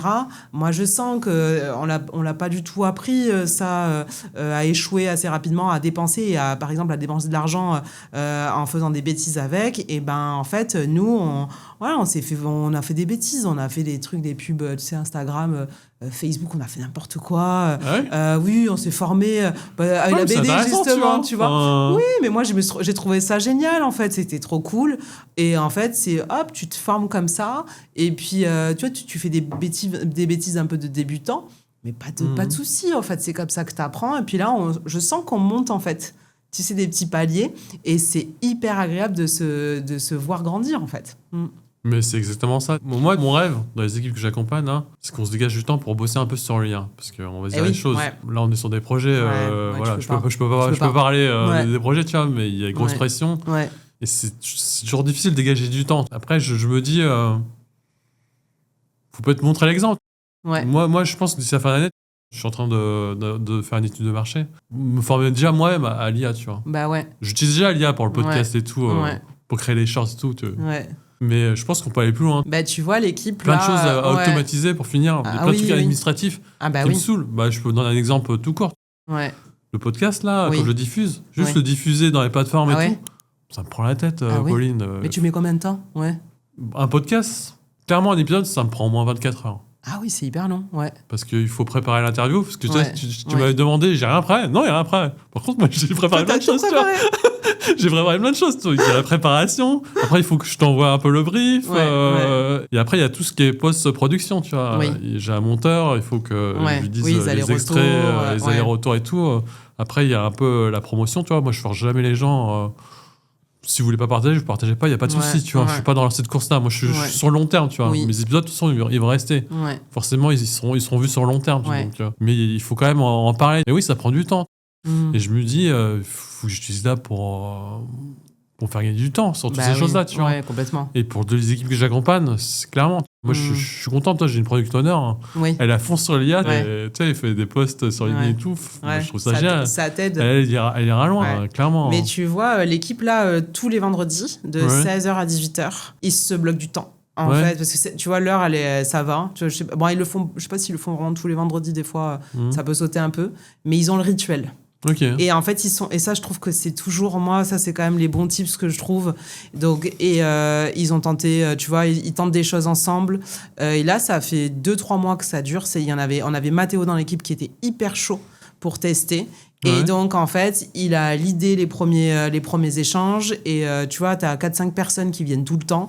Et puis, finalement, je pense que tu as besoin aussi de te faire entraîner par un groupe. Et hop, tu vois, l'émulation du groupe fait du bien. Et je trouve que le rituel, là, dans ce genre de cas, il fait vraiment du bien. Et quand bien même la première fois, tu te dis pas grand-chose, en fait, ça va, le truc, il va venir assez naturellement. Mais il faut...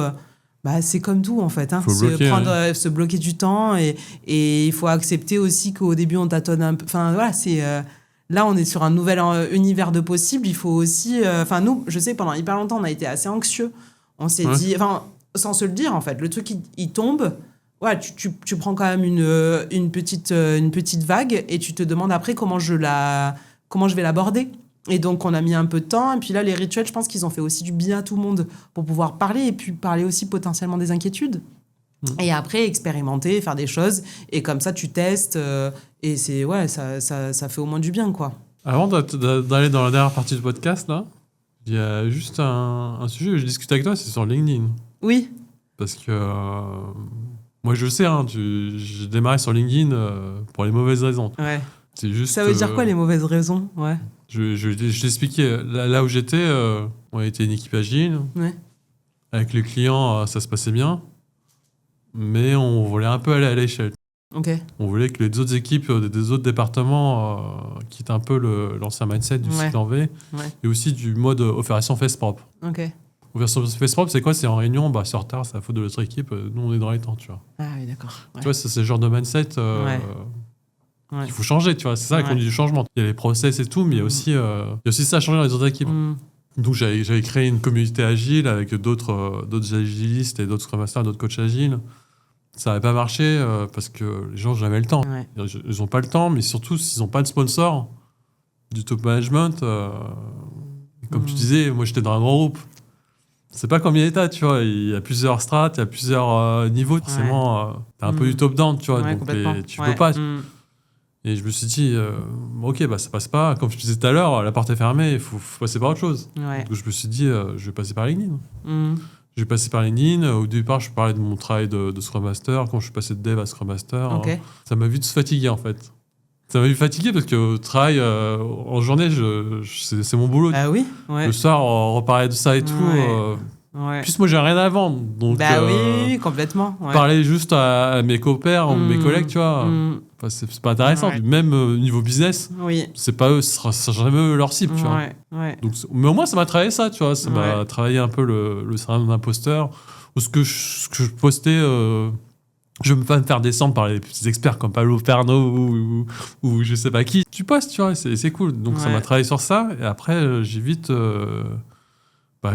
mis en avant les autres, un peu comme toi, en fait. Ouais. J'ai commencé à parler des gens de mon équipe, les gens qui m'ont accompagné, les coachs qui m'ont accompagné, comme Yoann Lemeni, Annie Roparts. Ouais. Et ça a commencé à créer du lien, tu vois. Ouais. Et ce que retenaient les gens, c'était un peu le vécu, enfin, un peu les leçons, entre guillemets, tu vois. Ouais. Moi, j'ai pas de leçons à donner sur les gens, tu vois. Mais par contre, les gens, ils ont tous des parcours de fou. Ouais. Toi, t'as un parcours de taré, et moi, je pense que j'en ai un aussi. Et c'est ça qui est intéressant et ça crée du lien. Ouais. Donc moi, j'ai continué sur LinkedIn sur ça. Et en même temps, je faisais passer les messages, tu vois, sur le top management et tout. Et au fur et à mesure, quand j'étais en réunion, ça m'a aidé, en fait. Oui. Parce qu'il y avait d'autres équipes. En fait, tu connais LinkedIn. LinkedIn, tu t'en parles aux gens, c'est nul, c'est des égos et tout. C'est marrant, tout le monde y va et tout le monde lit, tu vois. Bah oui. Et, complètement. Et toutes les équipes qui étaient autour de la mienne, tu vois, ils aimaient pas, tu vois. En fait, ils aimaient pas. Je sais pas s'ils se disaient c'est un bon Scrum Master ou il raconte des conneries ou je sais pas. Par contre, ils disaient, lui, il raisonne comme ça. Et au fil des réunions, tu vois, j'ai senti que quand je prenais la parole et que je proposais des choses, c'était plus pareil, tu vois. Ah oui, Parce que, on va dire les choses, il y avait des équipes. Un Scrum Master, tu vois, c'est quelqu'un qui prend un budget dans l'équipe, mais il produit pas, il ne développe pas. Donc moi, je me suis pris des cartouches à d'autres équipes. Je disais, si tu prends une nounou, comme on disait tout à l'heure, une nanny, tu vois, j'ai autre chose à faire. Donc je veux que les gens ils performent. Ok. Moi, j'ai pas une vision de la performance et du leadership, mais c'est ok. Mais le fait de prendre la parole, tu vois, les gens voient un peu comment tu raisonnes. Complètement. C'est pour ça que tu vois, je suis passé là-dedans. Après, j'ai fait un podcast où j'ai commencé à inviter des pointeurs de l'agilité et tout. Et comme ça, je faisais passer les messages. Tu vois. Donc c'est pour ça que je te dis, c'est pour les mauvaises raisons. Je sais pas s'il y a des mauvaises raisons pour lesquelles aller sur LinkedIn, parce que finalement, quand si tu t'aperçois que ce que tu es en train de faire ne dessert pas les causes que tu as. Enfin, tu vois, tu pivotes. En revanche, de se lancer. De pas avoir peur. Moi, j'avais la trouille. Pourquoi tu t'es lancé? Parce que tu as créé la boîte. Tu t'es dit, il faut de la visibilité, ça marche plus les discours des entreprises. Non, alors écoute, en fait, la première fois que je me suis lancée, en fait, j'ai lancé le truc pour dire que je vais créer ma boîte. Parce que je pense que tu sais, c'est ce qu'on faisait sur LinkedIn. On disait, en fait, tu disais sur LinkedIn, je viens de changer de taf ou je quitte. Enfin, tu sais, c'était toujours ce truc. Et moi, avant, je partageais les posts des autres mais bon. Et donc, en fait, je me souviens, donc, ce premier post, j'essayais quand même d'écrire un peu, de mettre une photo un peu sympa. J'ai mis une photo de chien la première fois. J'aime bien les chiens. Mais... Et donc, je balance que je crée ma boîte. Et là, je reçois une tonne, en fait, de likes, de commentaires, et je pense que ça m'a fait beaucoup de bien, en fait. Je pense que j'ai trouvé... ça a boosté mon ego, mais ça m'a rassurée dans ma... Parce que tu vois, tu disais, ouais, quand même, t'as créé ta... Enfin, on y est allé tout de suite assez fort, et je pense que à ce moment-là, LinkedIn, quand même, t'as plein de gens qui sont hyper sympas. Enfin, en tout cas, les commentaires sont hyper sympas. Et moi, ça m'a galvanisée, en fait. Ça m'a fait vachement de bien. Et donc, en faisant ça, alors que j'avais pas du tout prévu, je me suis dit, bon, bah, en fait, je peux raconter un peu. Je crois que j'avais vu des trucs, tu sais, les gens qui partageaient un peu les coulisses de leur boîte. Et ce que je voulais faire, c'est de changer, bah, comme d'hab, tu vois, de pas faire l'angle classique LinkedIn d'entreprise un peu chiant, tu vois, c'est la boîte qui raconte les trucs de mes collaborateurs et moi, on est allés en séminaire, ouais, c'est chiant en fait, et puis c'est pas, enfin, je sais pas, moi j'aime pas lire ça, moi j'aime lire des gens qui sont authentiques, et donc écoute, je me lance comme ça un peu toute seule, et en fait, en écrivant, j'avais oublié que quand j'avais 14 ans, bah, j'adorais écrire. Et que j'adorais écrire, tu sais, avec une petite touche fun. J'adorais écrire à ma façon, avec ma patte. Et je redécouvre ça. Donc, il y a un côté, j'ai envie, en effet, de mettre la lumière sur Yeta, mais surtout de mettre la lumière sur ce qu'on va faire différemment, sur le cadre, mais aussi de dire la vérité. Parce que c'est important pour moi de... En fait, je pense que tu connectes aussi avec des gens qui sont sincères. Donc, c'est important pour moi d'être sincère dans l'intention et puis de dire les vraies choses. Et après, il y a eu un truc de... En fait, je suis tombée dedans parce que ça m'a fait un bien fou d'écrire. Et quand j'écrivais l'intention, j'écrivais des trucs sur Yeta, finalement, je réfléchissais aussi au modèle en même temps, en fait, tu vois. Et donc, je structurais ma pensée. Et donc, ça me permettait de aussi, quand je pitchais ou que j'exprimais, on va faire comme ça, on va faire A, on va faire B, on va faire C, bah, souvent, c'est grâce... Finalement, quand je faisais des posts LinkedIn, enfin, quand j'en fais même encore aujourd'hui, en réalité, je suis en train de réfléchir à un truc pour la boîte et puis, j'adorais ce truc de se dire, attends, mais LinkedIn, c'est pour les bolosses, ou je sais pas, enfin plein de gens qui se moquent de LinkedIn. Ouais. Et en fait, je pense que ça dépend complètement de comment tu veux prendre l'outil, en fait. Tu peux être complètement toi-même avec LinkedIn, c'est gratuit, ça a une portée de malade mental. Moi, j'ai vu j'ai accompagné je faisais un peu de conseils pour les startups d'État. Moi, j'avais une startup d'État qui a été, qui est passée dans le journal de TF1 grâce à un post LinkedIn. Enfin, ça peut avoir une portée assez folle. Et donc, c'est important pour moi d'investir dans le réseau et surtout de trouver sa patte et de dire ce qui est important. Enfin, en tout cas, ce qu'on a envie de dire. Donc, non, moi, ça a été pour moi un déclencheur de plein de trucs, de plein de rencontres. Regarde, on se rencontre aujourd'hui grâce à LinkedIn, en fait, en réalité. Alors, on avait des gens en commun, bien entendu, mais le connecteur, c'est quoi, en fait, dans tout ça? Donc, non, trop chouette. Non, mais outre LinkedIn, Internet... Vraiment, le truc que j'ai appris, c'est la capacité des gens à t'aider, en fait. Ah oui, ouais. C'est quand tu postes en ligne, j'ai jamais eu autant d'aide, tu vois. Au départ, tu te dis, non, mais c'est Internet, faut pas tout raconter, faut pas être trop vulnérable. Putain, mais quand tu comptes, à chaque fois que je demande de l'aide, c'est un truc de fou, mais tu vois. Mais les gens, ils veulent être utiles. Bah oui, c'est ça. Les gens, ils veulent être utiles. Et en fait, quand ils le sentent que t'es bardé de bonnes... Enfin, je pense que t'es bardé de bonnes intentions. Tu sollicites de l'aide et les personnes, elles veulent être utiles. Bon, bah, jackpot, en fait. Enfin, finalement, les trois associés et puis le fait que tu te sois dévoilé. En fait, t'es vulnérable, ben, tu te connectes, en fait, à l'autre. Donc, en fait, ça génère un truc chouette. Mais moi, je me suis jamais fait dézinguer une fois, ou deux, sur LinkedIn. Ouais. Après, je suis pas allée sur des... Enfin, si, il y a des trucs que j'ai tendu le bâton pour me faire battre sans faire exprès. Parce que quand t'écris au début... T'avais posé ça, quoi. Bah non, mais tu sais, en fait, t'écris au début et tu te rends pas compte que des fois, tes phrases... Bah, tu les as pas bien écrites, en fait. Donc, il y a un double sens. Oui. Il y a un double sens et tu te relis et tu te dis, ah purée, c'était pas terrible, ça. Mais bon, c'est le jeu, en fait. Et puis là, j'ai l'équipe qui a créé un truc sur GPT, tu sais, genre je sais pas comment on appelle ça, un bot, où en fait, ils nous ont créé un truc où on peut écrire avec le tone of voice Yeta. Parce qu'ils m'ont dit, ouais, ça peut t'aider pour écrire la newsletter, des posts LinkedIn et tout ça. Et en fait, moi, j'ai essayé d'utiliser un peu, mais je perds tout le plaisir d'écrire. Donc, ça n'a aucun sens. Donc, je le fais pas parce que l'écriture, pour moi, est devenue aussi quelque chose qui me fait du bien dans mon quotidien. Donc, je prends du temps. Et donc, au début, je le prenais pour moi, en tant que moi. Et maintenant, je le prends pour l'équipe. Donc, ça, c'est génial. Donc là, j'aide plutôt les membres de l'équipe, ceux qui en ont envie, à écrire à leur tour. Parce qu'en fait, je pense que ce dont j'ai envie, bah, c'est un peu ce que tu disais tout à l'heure, c'est valoriser. déjà des expertises, mais peut-être aussi c'est déclencher cette petite flamme de « Ah, mais moi aussi, j'aimais bien écrire quand... avant ». Et en fait, avec le boulot, parfois, tu le perds, finalement. Exactement. Et puis, tu peux te reconnecter à des trucs que tu aimais bien faire. Et maintenant, je le fais plutôt dans ce sens-là, quoi. Ouais. Bah, comme tu disais, c'est le côté créatif des gens. Ouais, clairement. c'est créatif. Et puis, c'est... alors, je sais pas si c'est que de la créativité, c'est aussi... je pense que ça aide beaucoup à structurer, en Les fait. idées, ouais. Les idées, parce que des fois, on le voit, des fois, dans nos discussions. Tu sens qu'il n'y a pas de colonne vertébrale, en fait. Tu vois, tu t'es pas... Et en fait, ça, parfois... Moi, je suis beaucoup là-dedans. On commence à discuter, ça part partout, et puis en fait, tu perds ta colonne, et en fait, t'es moins impactant, parce que en fait, tu reviens pas sur le sujet sur lequel t'étais. Et donc, pour moi, de pouvoir dire, attends, 1, 2, 3, qu'est-ce que tu penses en 3 trucs, ça m'a fait ça m'a fait du bien, et je pense que ça me rend aussi plus percutante, en fait, à l'oral, à l'écrit, c'est important. Non, mais on est aligné, hein. Je t'avais dit au début du podcast, on a plein de choses en commun. Pareil. Ah oui, si. Mais clairement, tu vois, enfin, moi c'est ça. Ouais. Déjà, ça m'a permis de mettre mes idées au clair. Forcément, on a toutes c'est pas clair dans la tête de tout le monde. Non, c'est pas clair, non. Donc déjà, il y a ça, le fait de partager et t'affrontes ton regard des autres et tout. Au final, au départ, comme tu disais, quand tu cliques, c'est chaud, tu vois. Ouais. Après, si les gens qui t'apprécient pas, ou qui s'aiment pas, ou qui pensent que t'es un escroc, ou ils aiment pas... Bah, de toute façon, t'as pas envie de bosser avec eux, donc c'est ok, tu vois. Ouais, Par contre, tu peux attirer des personnes qui pensent comme toi, mais que t'as pas encore rencontrées. Ouais. Et ça, je trouve ça génial.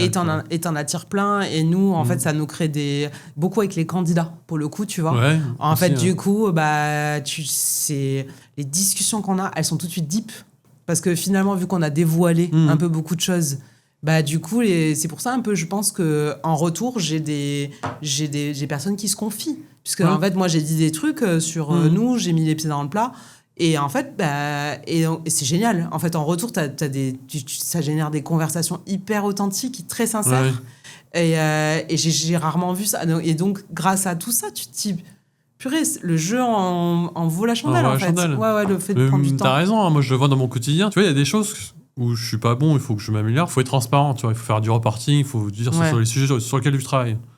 Par contre, moi, il y a des sujets, comme tu disais, où des fois, j'ai des gens de mon équipe, ils me disent des choses, tu vois, un peu perso, un peu chaud. Ça, tu vois, je peux pas communiquer ça. Ouais. Mais d'un côté, tu vois, ça me dessert parce que du coup, je peux pas dire au manager ou les gens à qui je dois rendre compte que, toi, il y a des dingueries que je gère, tu vois, en off. Mais c'est pas grave. Parce que je sais que ça servira à l'équipe, à la personne. Elle se sentira mieux déjà à l'instant T. Et je sais que à T+1, elle en rendra 10 000 pour moi et aussi pour l'équipe. Et pour moi, tu vois, c'est le bon calcul. Ouais.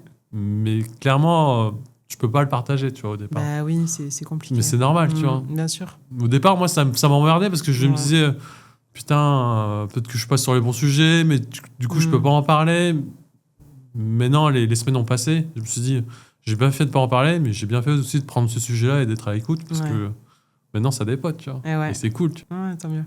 Dernière partie, hein. Allez, Pauline, allons-y. C'est une journée fait des plus de 24 heures. Qu'est-ce que tu ferais? Je me formerais plus. Comme moi, en fait. Ouais. Tu veux former sur quoi?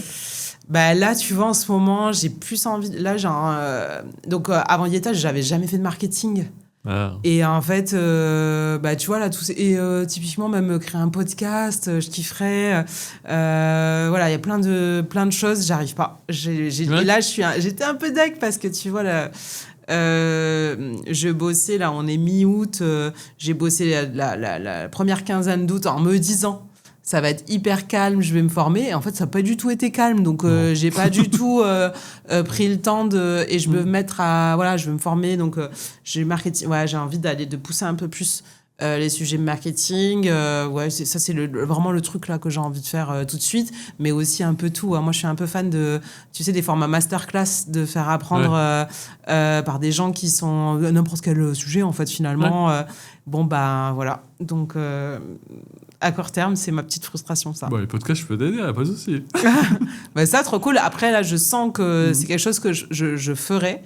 J'y avais pensé à un moment donné, et puis, bon, dans la priorité. Mais Peter, pour le coup, fait un podcast, lui, qui s'appelle La Pause Produit. Donc, nous, c'est plutôt dans le monde, tu vois, du product. Donc, il va aller discuter avec les influenceurs. Et puis, parfois, je suis un peu jalouse, tu vois. Je me dis, c'est cool, il doit y avoir plein de discussions trop chouettes. Ça crée de l'intimité entre les gens que je trouve hyper chouette. Et puis, non, c'est bien, il faut ça. Enfin, ouais, bon, bref. Voilà. Donc, apprendre plus, se former. Ouais. Clairement. Niveau santé, tu te mets combien sur 10 T'as pas le droit de dire 7. Ma santé, tu veux dire tu te mets combien sur 10 là, je suis à 9 sur 10, ouais. 9 sur 10 Ouais, non, ça va. Après, je fais très attention. Là, depuis Yeta, en fait, je fais beaucoup plus attention qu'avant parce que, un peu ce que je te partageais sur mes émotions pour le coup. Autant je me sens bien, je dors bien, etc. Autant je sens que j'ai beaucoup plus de pics d'émotions. Donc, en fait, je fais beaucoup plus de sport. Je fais attention à ce que je mange. Tu vois, de tout ça, je fais beaucoup plus attention parce qu'il faut que je sois plus solide. Enfin, je sens que je dois me sentir... Enfin, c'est important que je me sente bien tout le temps. Et là, touche du bois, c'est le cas. Donc, non, Enfin, j'essaye de prendre le plus de soin de moi possible, quoi. Tu fais quoi? Tu fais du sport? Tu fais quoi comme sport? Ouais, je fais pas mal de sport. Je fais du cross-training. Avec l'équipe, là, on fait des cours de boxe. On y va ensemble un peu, là, on se régale. Ouais. On fait, tu sais, des trucs de boxe un peu en mode bootcamp. Ok. Donc, on se fait un peu crier dessus. Moi, j'adore ça. Alors, tu vois, au sport, autant je déteste ça en entreprise, autant au sport, mais je me régale, quoi. Oui, je pense que j'ai un vrai besoin, tu sais, je pose mon cerveau, engueule-moi. Et tu vois, et moi, j'aime bien ça, en fait. Pour le coup, on transforme un peu le truc, quoi. Donc, j'essaye de courir, renforcement musculaire, enfin, un peu tout, et du yoga, des trucs un peu plus reposants, pas méditation, parce que ça, j'accroche moins, mais yoga, et j'essaye, là, c'est 5-6 séances par semaine, quand même, tu vois. Quand même. Ouais, j'arrive à le mettre dans mon quotidien. Ouais, le matin, quoi, 7 heures. J'essaie de le mettre dans mon quotidien. Ça me fait vraiment un bien fou et ça me permet de libérer mon énergie. Et surtout aussi, à chaque fois quand même que je vais au sport, que j'ai un truc en tête, là, tu vois, que j'arrive pas à résoudre, il y a quand même... ça me permet de... J'ai un souvenir comme ça pendant le Covid. J'arrivais pas à résoudre un truc, là, un tableau Excel, je sais plus ce que c'était ce truc, ça m'énervait. Je suis allée courir à 16 heures, tu sais, le truc qui t'arrive jamais, machin, mais je sais pas, j'en avais besoin. Et pendant que je courais, en fait, j'ai trouvé le truc du fichier. Je me suis dit, mais oui, mais c'est sûr, en fait, hein, de partir, revenir. Et le sport a cet effet-là sur moi. Et même le fait de faire moins d'heures de travail effectif. Parce que moi, j'étais habituée à des grosses tranches horaires. Je commençais à 9h, je finissais à 20h. Là, maintenant, j'ai réduit. Ça fait longtemps que j'ai réduit. Parce que, en fait, au bout d'un moment, les tâches sur lesquelles je travaille, je peux pas. Mon cerveau, en fait, il peut plus. Il s'arrête. Ben, ça me fait un bien fou parce que de reprendre du temps, de se mettre off, ok, tu te remets les idées en place, c'est important. Ouais, je suis d'accord avec toi. Hein. Moi, cette année, comme je me suis lancé, j'avais beaucoup de stress. Ouais. Et des fois, tu te fais des films, mais c'est comme ça. Ouais. Moi, il y a deux choses qui m'ont aidé. C'est déjà prendre un coach sportif. Ah oui, t'es un coach, toi. Du coup, comme quand tu disais, ça me faisait rire quand tu disais, moi, j'ai pas envie qu'on me gueule dessus. Ah oui. Par contre, j'ai envie de faire des trucs qui sont durs. Ah ouais. Et du coup, j'ai pris un prof d'haltérophilie. Ah purée, ok, ouais. Tu vois, tout le monde me dit...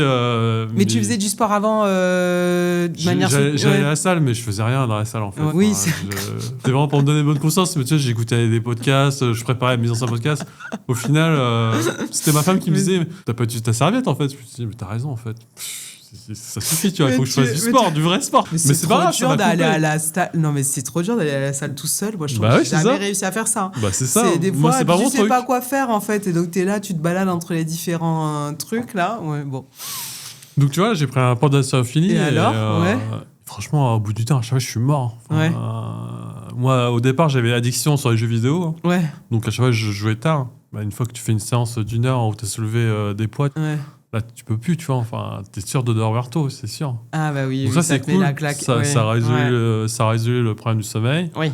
aussi du stress, parce que ça se dépense. Ouais. Et ça change tout, tu vois. Ah bah t'as raison, que c'est tout, vrai hein. que le sommeil, je sais que Peter il dort très mal pour le coup. Bon après il est blessé, donc il peut plus faire de sport. Et en fait, non, moi c'est vrai que je pense que je me mets aussi des petites claques pour... Je dors hyper bien. Hein.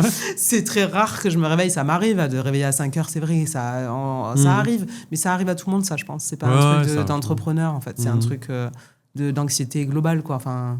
Et de lune, non? Ouais, je sais pas. Ouais, c'est pas trop mon délire, mais... Non plus. On me dit, non mais attends, c'est la pleine lune. Ok, ça doit être ça. Il y a ça, donc le sport, il y avoir un coach sportif qui te permet de... En plus, moi, j'ai fait les ligaments croisés des 2 genoux. Ah, ok. Accident, scooter et aussi tennis. Ah, purée, ok. Donc, ça me permet... Tu vois, avec mon prof, c'est pas... je vais faire le crossfit ou je vais faire les JO, tu vois. Par contre, là, on travaille vraiment sur comment remuscler tout ça et ça, c'est cool. Ah, c'est chouette, ok. Donc ça, c'est le premier truc. Et le deuxième truc, c'est de parler à quelqu'un, en fait. Ah oui, j'ai pas un psy, tu vois. C'est plutôt une coach de PNL. Mais voilà, c'est des séances où je prends chaque soir une heure, tu vois. Ouais. Et ça me permet de discuter des choses avec qui je peux parler, en fait. Ah oui, parce qu'en plus, t'es tout seul, en fait. C'est vrai que nous, à Hipster, après, nous, on a des coachs aussi. Hein. Chacun, qui ça nous fait du bien et on en a besoin. Mais c'est vrai que nous, on est tous les deux et puis on a une équipe. Je pense que c'est pas du tout la même aventure, en fait, quand t'es tout seul. Hein. Même freelance, hein, la charge mentale, elle doit être assez importante, en fait. C'est pas du tout, tu vois, tu me disais, vous, machin, mais c'est pas... En fait, quand tu crées une équipe, c'est pas... En fait, je pense que c'est pas la même aventure. Et puis, il y a un côté où... Moi, je valorise pas forcément les compétences de Pauline. Je valorise les compétences de Yeta. Ouais. Et je pense que ça change un peu dans le truc. Parce que moi, la marque Yeta, c'est pas Pauline. Oui, enfin, ça l'est, mais ça l'est pas, en fait. Donc, c'est plus facile. Tu sais, tu t'extrais le truc de... En fait, je vends pas ma marque personnelle, en fait. C'est plus compliqué. Non, il y a ça. Mais le truc que j'ai appris, c'est qu'au départ, je faisais ces séances-là pour parler un peu des problèmes et du stress et tout. Ouais. Là, depuis 3 mois, ça va mieux. En fait, ça me fait du bien de parler à quelqu'un qui a un regard extérieur quand ça va bien, en fait. Ah oui, ouais. Et c'est pour ça que, tu vois, j'avais fait Qu'est-ce que ça t'apporte, quand ça va bien? Tu vois, j'ai fait une grosse pause sur LinkedIn et sur le podcast. Ouais. Parce que déjà, le podcast, je voulais plus utiliser ma thune perso. Ah oui, parce que les gens ne savent pas, mais pendant 2 ans, je disais, mais ça t'a ruiné. Ça m'a ruiné. J'étais capable d'acheter des PlayStation 5 ou des Jordan, tu vois. Pourquoi je peux pas investir sur long terme sur ce genre de projet? Ouais, complètement. Donc au final, non. Ouais. Mais par contre, je voulais que la trésorerie avance pour réutiliser le podcast, utiliser l'argent de ma boîte, en fait. Ouais. Donc, comme tu t'as dit tout à l'heure, toi, quand tu parlais de trésorerie et tout, au départ, moi, c'est pareil. Ouais. Le podcast, non, je relancerai quand la trésorerie sera nickel et c'est cool. Ça m'a permis justement de reprendre le podcast et aussi LinkedIn. Parce qu'au départ, pareil, j'avais tout coupé. Je me suis dit, je suis focus sur mon client, je dois prouver, machin bidule. Je reçois les lettres de l'URSSAF et des impôts, mise en demeure parce qu'il y a erreur de je sais pas quoi, tu vois. Enfin, moi, c'est nouveau pour moi, ce genre de truc. Donc, quand on parle avec des gens comme toi, qui j'adore, ça fait rire, tu vois. Et moi, ça me fait pas rire. Ça, moi, ça me fait pas. J'ai fait 20 ans de salariat. Non, mais parce que je sais, tu vois, ça fait partie du job, en fait. Et moi, j'avais pas l'habitude de ça. Mais tu vois, maintenant, le fait de parler à quelqu'un, ça permet de construire l'après, tu vois, les choses qui vont bien. Oui, c'est bien. Ouais. Donc là, j'ai repris le podcast, je reprends LinkedIn. Et comme je t'ai dit, là, j'ai dit devant tout le monde, je vais me faire un liage, je vais chercher une bonne formation pour pouvoir automatiser. Parce que il ça faut fait le aussi, dire. Bon, voilà, ça y est. Je me forme. Je fais de l'haltérophilie. Non, ça, je ne le ferai pas, Christophe. Mais tu vois, en plus, moi, sur l'IA, c'est vraiment pas pour avoir, comment dire, pour utiliser ChatGPT ou Grok, tu vois. C'est vraiment comment je peux automatiser des choses que... Oui, complètement. Tu sais, automatiser les factures, automatiser le t'as plein de trucs que tu peux faire, bien sûr. Il y a plein de trucs, tu vois, mais je prends pas le temps. Donc, puis ça évolue tout le temps, donc en fait, ça se trouve... il y a tous un truc... on a peut-être tous un truc de... Attends, là, ce que je vais faire maintenant, en fait, ça va changer dans une semaine. Ça va être tellement très vite. Mais bon, mieux vaut prendre le train tôt que tard. Enfin, là, il faut expérimenter, quoi. Pour revenir un peu sur le sujet, non, t'as jamais pris un psychologue ou quelqu'un comme ça? Si, j'ai fait... En fait, j'ai des coachs depuis... mais c'est par hasard, en fait. Enfin, par hasard. Tu sais, c'est des potes qui se forment au coaching et qui te disent, en fait, dans mon truc, il faut qu'on prenne...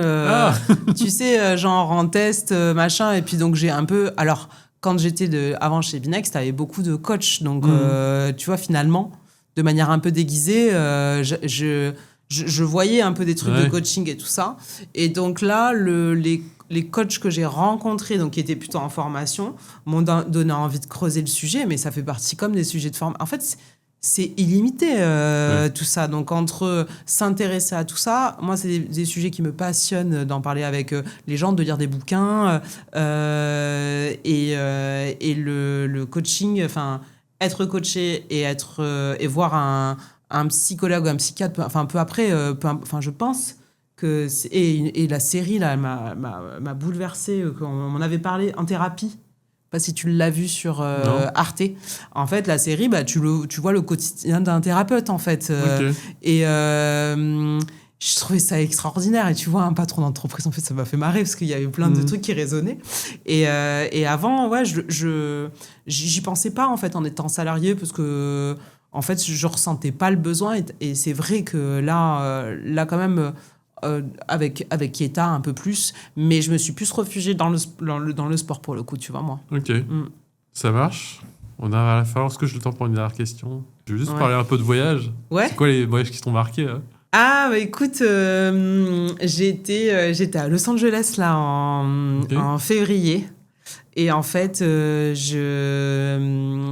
suis allée à Palm Springs, qui est une ville que je trouve extraordinaire et qui me fait un effet toujours. C'est pas la première fois que j'y vais. Ouais, c'est des vides, t'as des endroits un peu suspendus. Tu sais, t'as l'impression soit tu as déjà vécu avant ou j'en sais rien. Et je ressens à chaque fois que je vais là-bas une espèce de liberté, de bien-être, un truc assez hallucinant, ouais, un truc qui me fait du bien, qui est chouette. Donc ça là, c'était cette année. Et puis alors, je sais pas si c'est un voyage, mais là j'ai un petit truc en ce moment avec Biarritz, là. Je vais pas mal à Biarritz en ce moment, parce que je m'y sens bien aussi. Pour tout autre... Je sais pas, j'ai l'impression, et pourtant, il y a certaines villes qui m'appellent un peu plus, et là, je commence à connecter avec ces endroits-là, et ça me fait du bien. Donc, ouais, ça, en tout cas, si je parle à chaud, mais ça, tu vois, si les journées faisaient plus de 24 heures, typiquement, ou si j'avais un super pouvoir, aller pouvoir découvrir le monde, et ouais, non, ce serait trop bien, quoi. Mais je suis comme toi, en fait. Au départ, quand j'étais jeune, j'aimais bien découvrir de nouvelles choses, donc j'allais à droite à gauche. Ouais. Mais non, j'hésite pas à retourner dans des endroits où j'ai bien aimé parce que, je sais pas, il y a un truc. Et moi, j'ai la même chose. En France, tu vois, tu me disais Biarritz, moi, j'ai Saint-Malo. Ah, tu vois? Ouais. Tu vois, j'ai mon pote Johan Lémini qui est breton, il me dit, bon, Saint-Malo, c'est... Ouais, c'est random, quoi. Tu vois, c'est trop connu, tu vois. Il y a des endroits meilleurs dans la Bretagne. Mais toi, c'est Saint-Malo. Moi, je trouve que je suis allé 4 fois, tu vois, avec ma femme. Connect. 4 fois en 3 ans. Ouais, je comprends. Parce que, je sais pas, ça me fait du bien. Ouais, je comprends. On a les petites routines, les restos, la marche devant la plage, tu vois. Ça fait du bien, tu vois. On vieillit, quoi. Tu penses? Mince. Je sais pas, mais moi aussi, je fais souvent ça. Et puis, je me dis, mince, attends, je vais 3-4 fois dans les mêmes endroits. Et en fait, j'ai un côté FOMO, tu vois. Je me dis, merde, attends, tu fais 3-4 fois, mais vous allez dans un endroit que tu connais pas. Et de faire un truc que t'as jamais fait, oui, mais alors, j'essaye ça aussi, tu vois. Ça, c'est les trucs sur lesquels je lâche prise. Je fais ce que je veux, c'est OK. Tu sais, genre, arrête de vouloir toujours faire plus, quoi, tu vois. Donc, non, mais ouais, c'est marrant. Ouais, je sais pas, j'ai l'impression que c'est la même chose pour les séries télé, tu vois.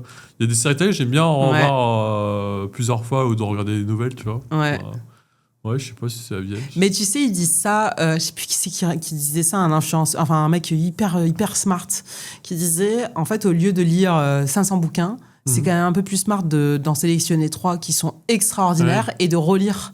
En fait, c'est 3 mêmes parce qu'en fait, potentiellement, on les oublie en plus, les livres. Et les surtout livres... quand ils sont mauvais. Alors encore plus. Mais tu vois, en fait, ils disent dans l'approche, et peut-être que c'est aussi ça là, le truc, au lieu d'aller chercher à connaître 500 séries, moi aussi, j'ai un plaisir fou. Je te parlais de Sex and the City tout à l'heure. En fait, il y a des nouvelles saisons, donc moi, j'ai repris tout le début et maintenant je le fais en anglais parce qu'avant, à l'époque, je le faisais en français. Ça n'a pas la même saveur. Et en fait... je me suis régalée parce que l'âge que j'ai aujourd'hui et l'âge que les nanas avaient en fait quand je regardais quand j'avais 15 ans, et donc en fait j'arrive plus à imaginer que c'était pas la même époque, la même enfin c'est génial, je me suis régalée.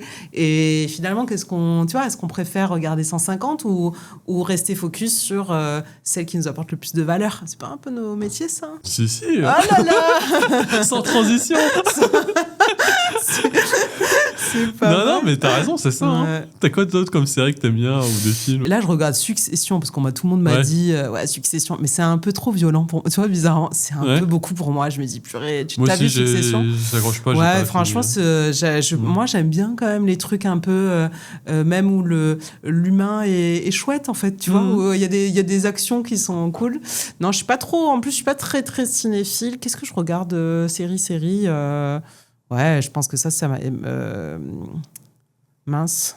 Ah oui, j'ai adoré The Bear, là, dernièrement. Ok. Tu l'as vu, The Bear? Non, tout le monde en parlait. Waouh! Et en ouais. fait, on parlait avec l'équipe de Jamie Lee Curtis, qui est une Ok. femme que je trouve géniale, déjà. Oui. Et dedans, elle a un rôle... Enfin, il faut que tu regardes, Ok. et on s'en parlera. Et il y a une scène, en fait, où elle est extraordinaire. Hein, ils font un repas. Je t'en dis pas plus. Et elle est incroyable. Et le jeu d'acte... Enfin, waouh! Cette série, tout fait sens pour moi. Non, il faut que... Enfin, je pense que ça va te plaire. En fait, il y a beaucoup de sincérité, d'authenticité. C'est dans la cuisine. Enfin, c'est assez chouette. Ça marche. Bah, c'est noté. Bah, écoute, Pauline, on arrive à la fin du podcast. Mince. Si, cool. bon, Ouais. tu reviendras pour un prochain épisode. Ouais, grave. Pas de Avec problème. plaisir.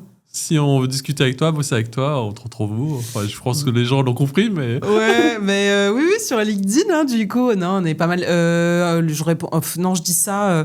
En fait, je commence à avoir pas mal. Je passe à côté de messages quand même sur LinkedIn. Mais donc oui, Pauline Egea LinkedIn ou par mail, pauline.egea@ieta.fr. YEITA. Ça marche. Tu pars en vacances, là? Ça y est, demain. Tu vas Demain, où, déjà Christophe. Tu vas où? Là, demain, je vais au Cap Ferré. Je fais Ok. des vacances un peu bourgeoises là cette année. Je fais Cap Ferré, Île de Ré, et après là, tu vois, je fais je change un peu de style en fonction du moment. Donc là, c'est le côté été, comment on dit, été beau, non pas bobo, été un peu bourgeois. Ouais, mais tu vas te reposer. Tu vas Oui, couper un c'est peu. surtout non, il faut que je coupe là 2 semaines, Ouais. ça va être chouette.